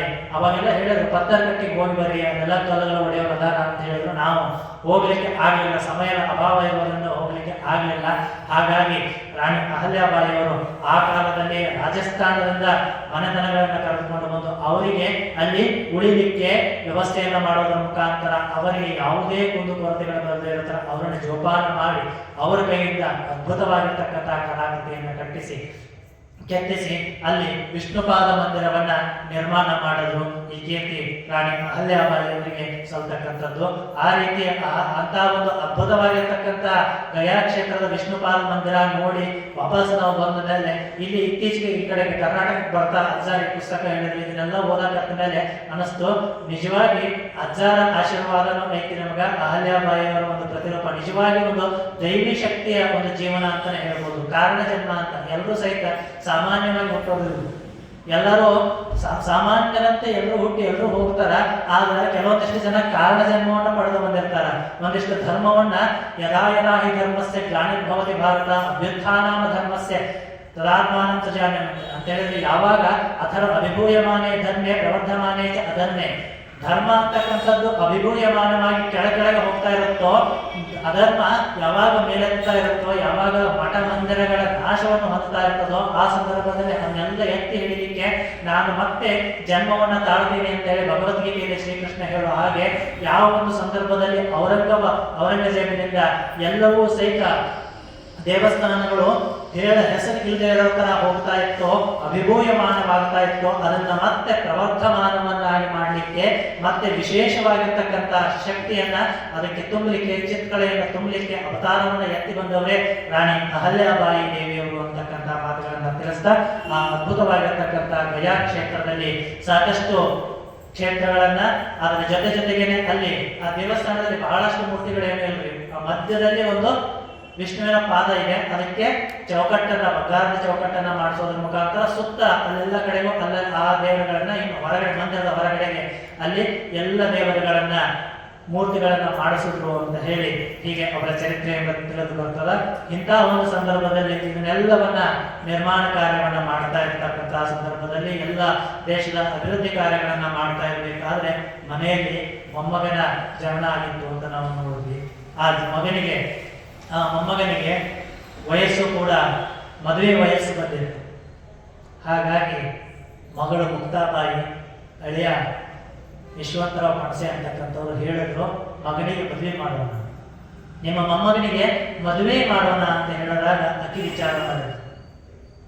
ಇವನು ನೋಡಿದ್ರ ಸಾಕಷ್ಟು ರುಗ್ನನಾಗಿದ್ದಾನೆ, ಸಾಕಷ್ಟು ಯಾವಾಗ ನೋಡಿದ್ರೆ ಸಹಿತ ಆವಾಗ ಇವನ ಆರೋಗ್ಯ ಅಂತಕ್ಕಂಥದ್ದು ಚೇತರಿಕೆಯನ್ನು ಹೊಂದ್ತಾ ಇಲ್ಲ. ಈ ಸಂದರ್ಭದಲ್ಲಿ ಇವನಿಗೆ ನಾವು ವಿವಾಹವನ್ನ ಮಾಡಿದ್ವಿ ಅಂತ ಹೇಳಿದ್ರೆ ಆ ಒಂದು ಹೆಣ್ಣಿನ ಜೀವನ ಹಾಳಾಗ್ತದಲ್ಲ ಅಂತ ವಿಚಾರ ಮಾಡಿ ಇನ್ನೂ ಸ್ವಲ್ಪ ದಿನ ನೋಡೋಣ ಅಂತ ಬಹಳಷ್ಟು ಮುಂದೆ ಹಾಕ್ತಾ ಇದ್ರು. ಒಂದು ದಿನ ಆ ಮೊಮ್ಮಗನು ಸಹಿತ ಒಂದು ಕಡೆಗೆ ವಿಚಾರ ಮಾಡ್ತಾ ಇದ್ರು, ಈ ಮೊಮ್ಮಗ ಚೇತರಿಕೆಯನ್ನು ಹೊಂದಿದ್ರೆ ಈ ಸಾಮ್ರಾಜ್ಯವನ್ನೆಲ್ಲ ಅವನ ಕೈಗೆ ಇಟ್ಟು ಸಾಮ್ರಾಜ್ಯಕ್ಕೆ ಒಬ್ಬ ಬಲಿಷ್ಠ ಚಕ್ರವರ್ತಿಯನ್ನಾಗಿ ನಾನು ನೋಡಬೇಕು ಅಂತ ಹೇಳಿ ಸಾಕಷ್ಟು ಆಸೆಯನ್ನು ಇಟ್ಟು ಆ ರಾಣಿ ಅಹಲ್ಯಾಬಾಯಿಯವರು ಕೊಡ್ತಿದ್ರು.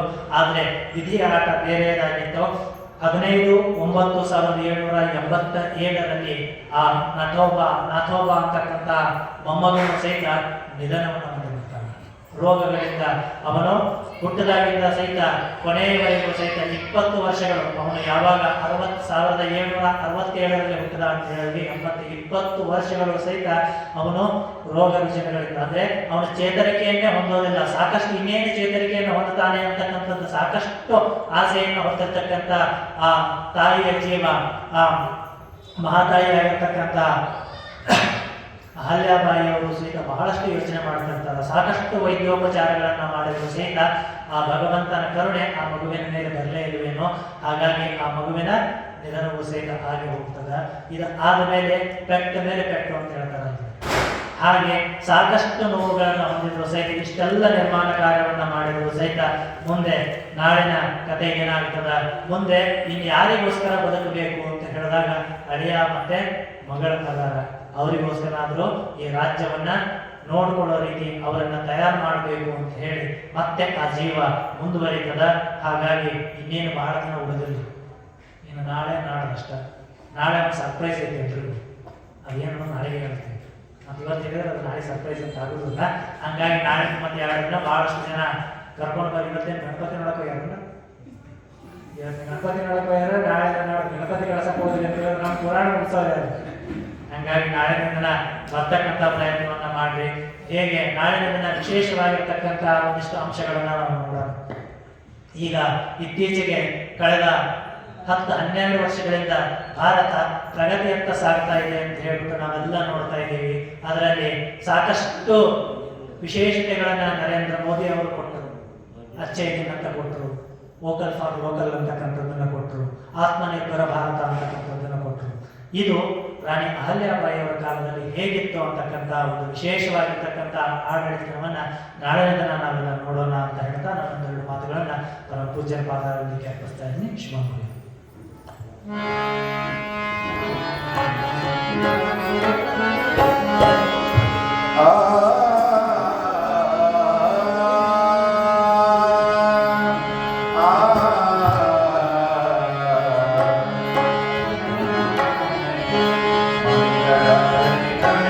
Thank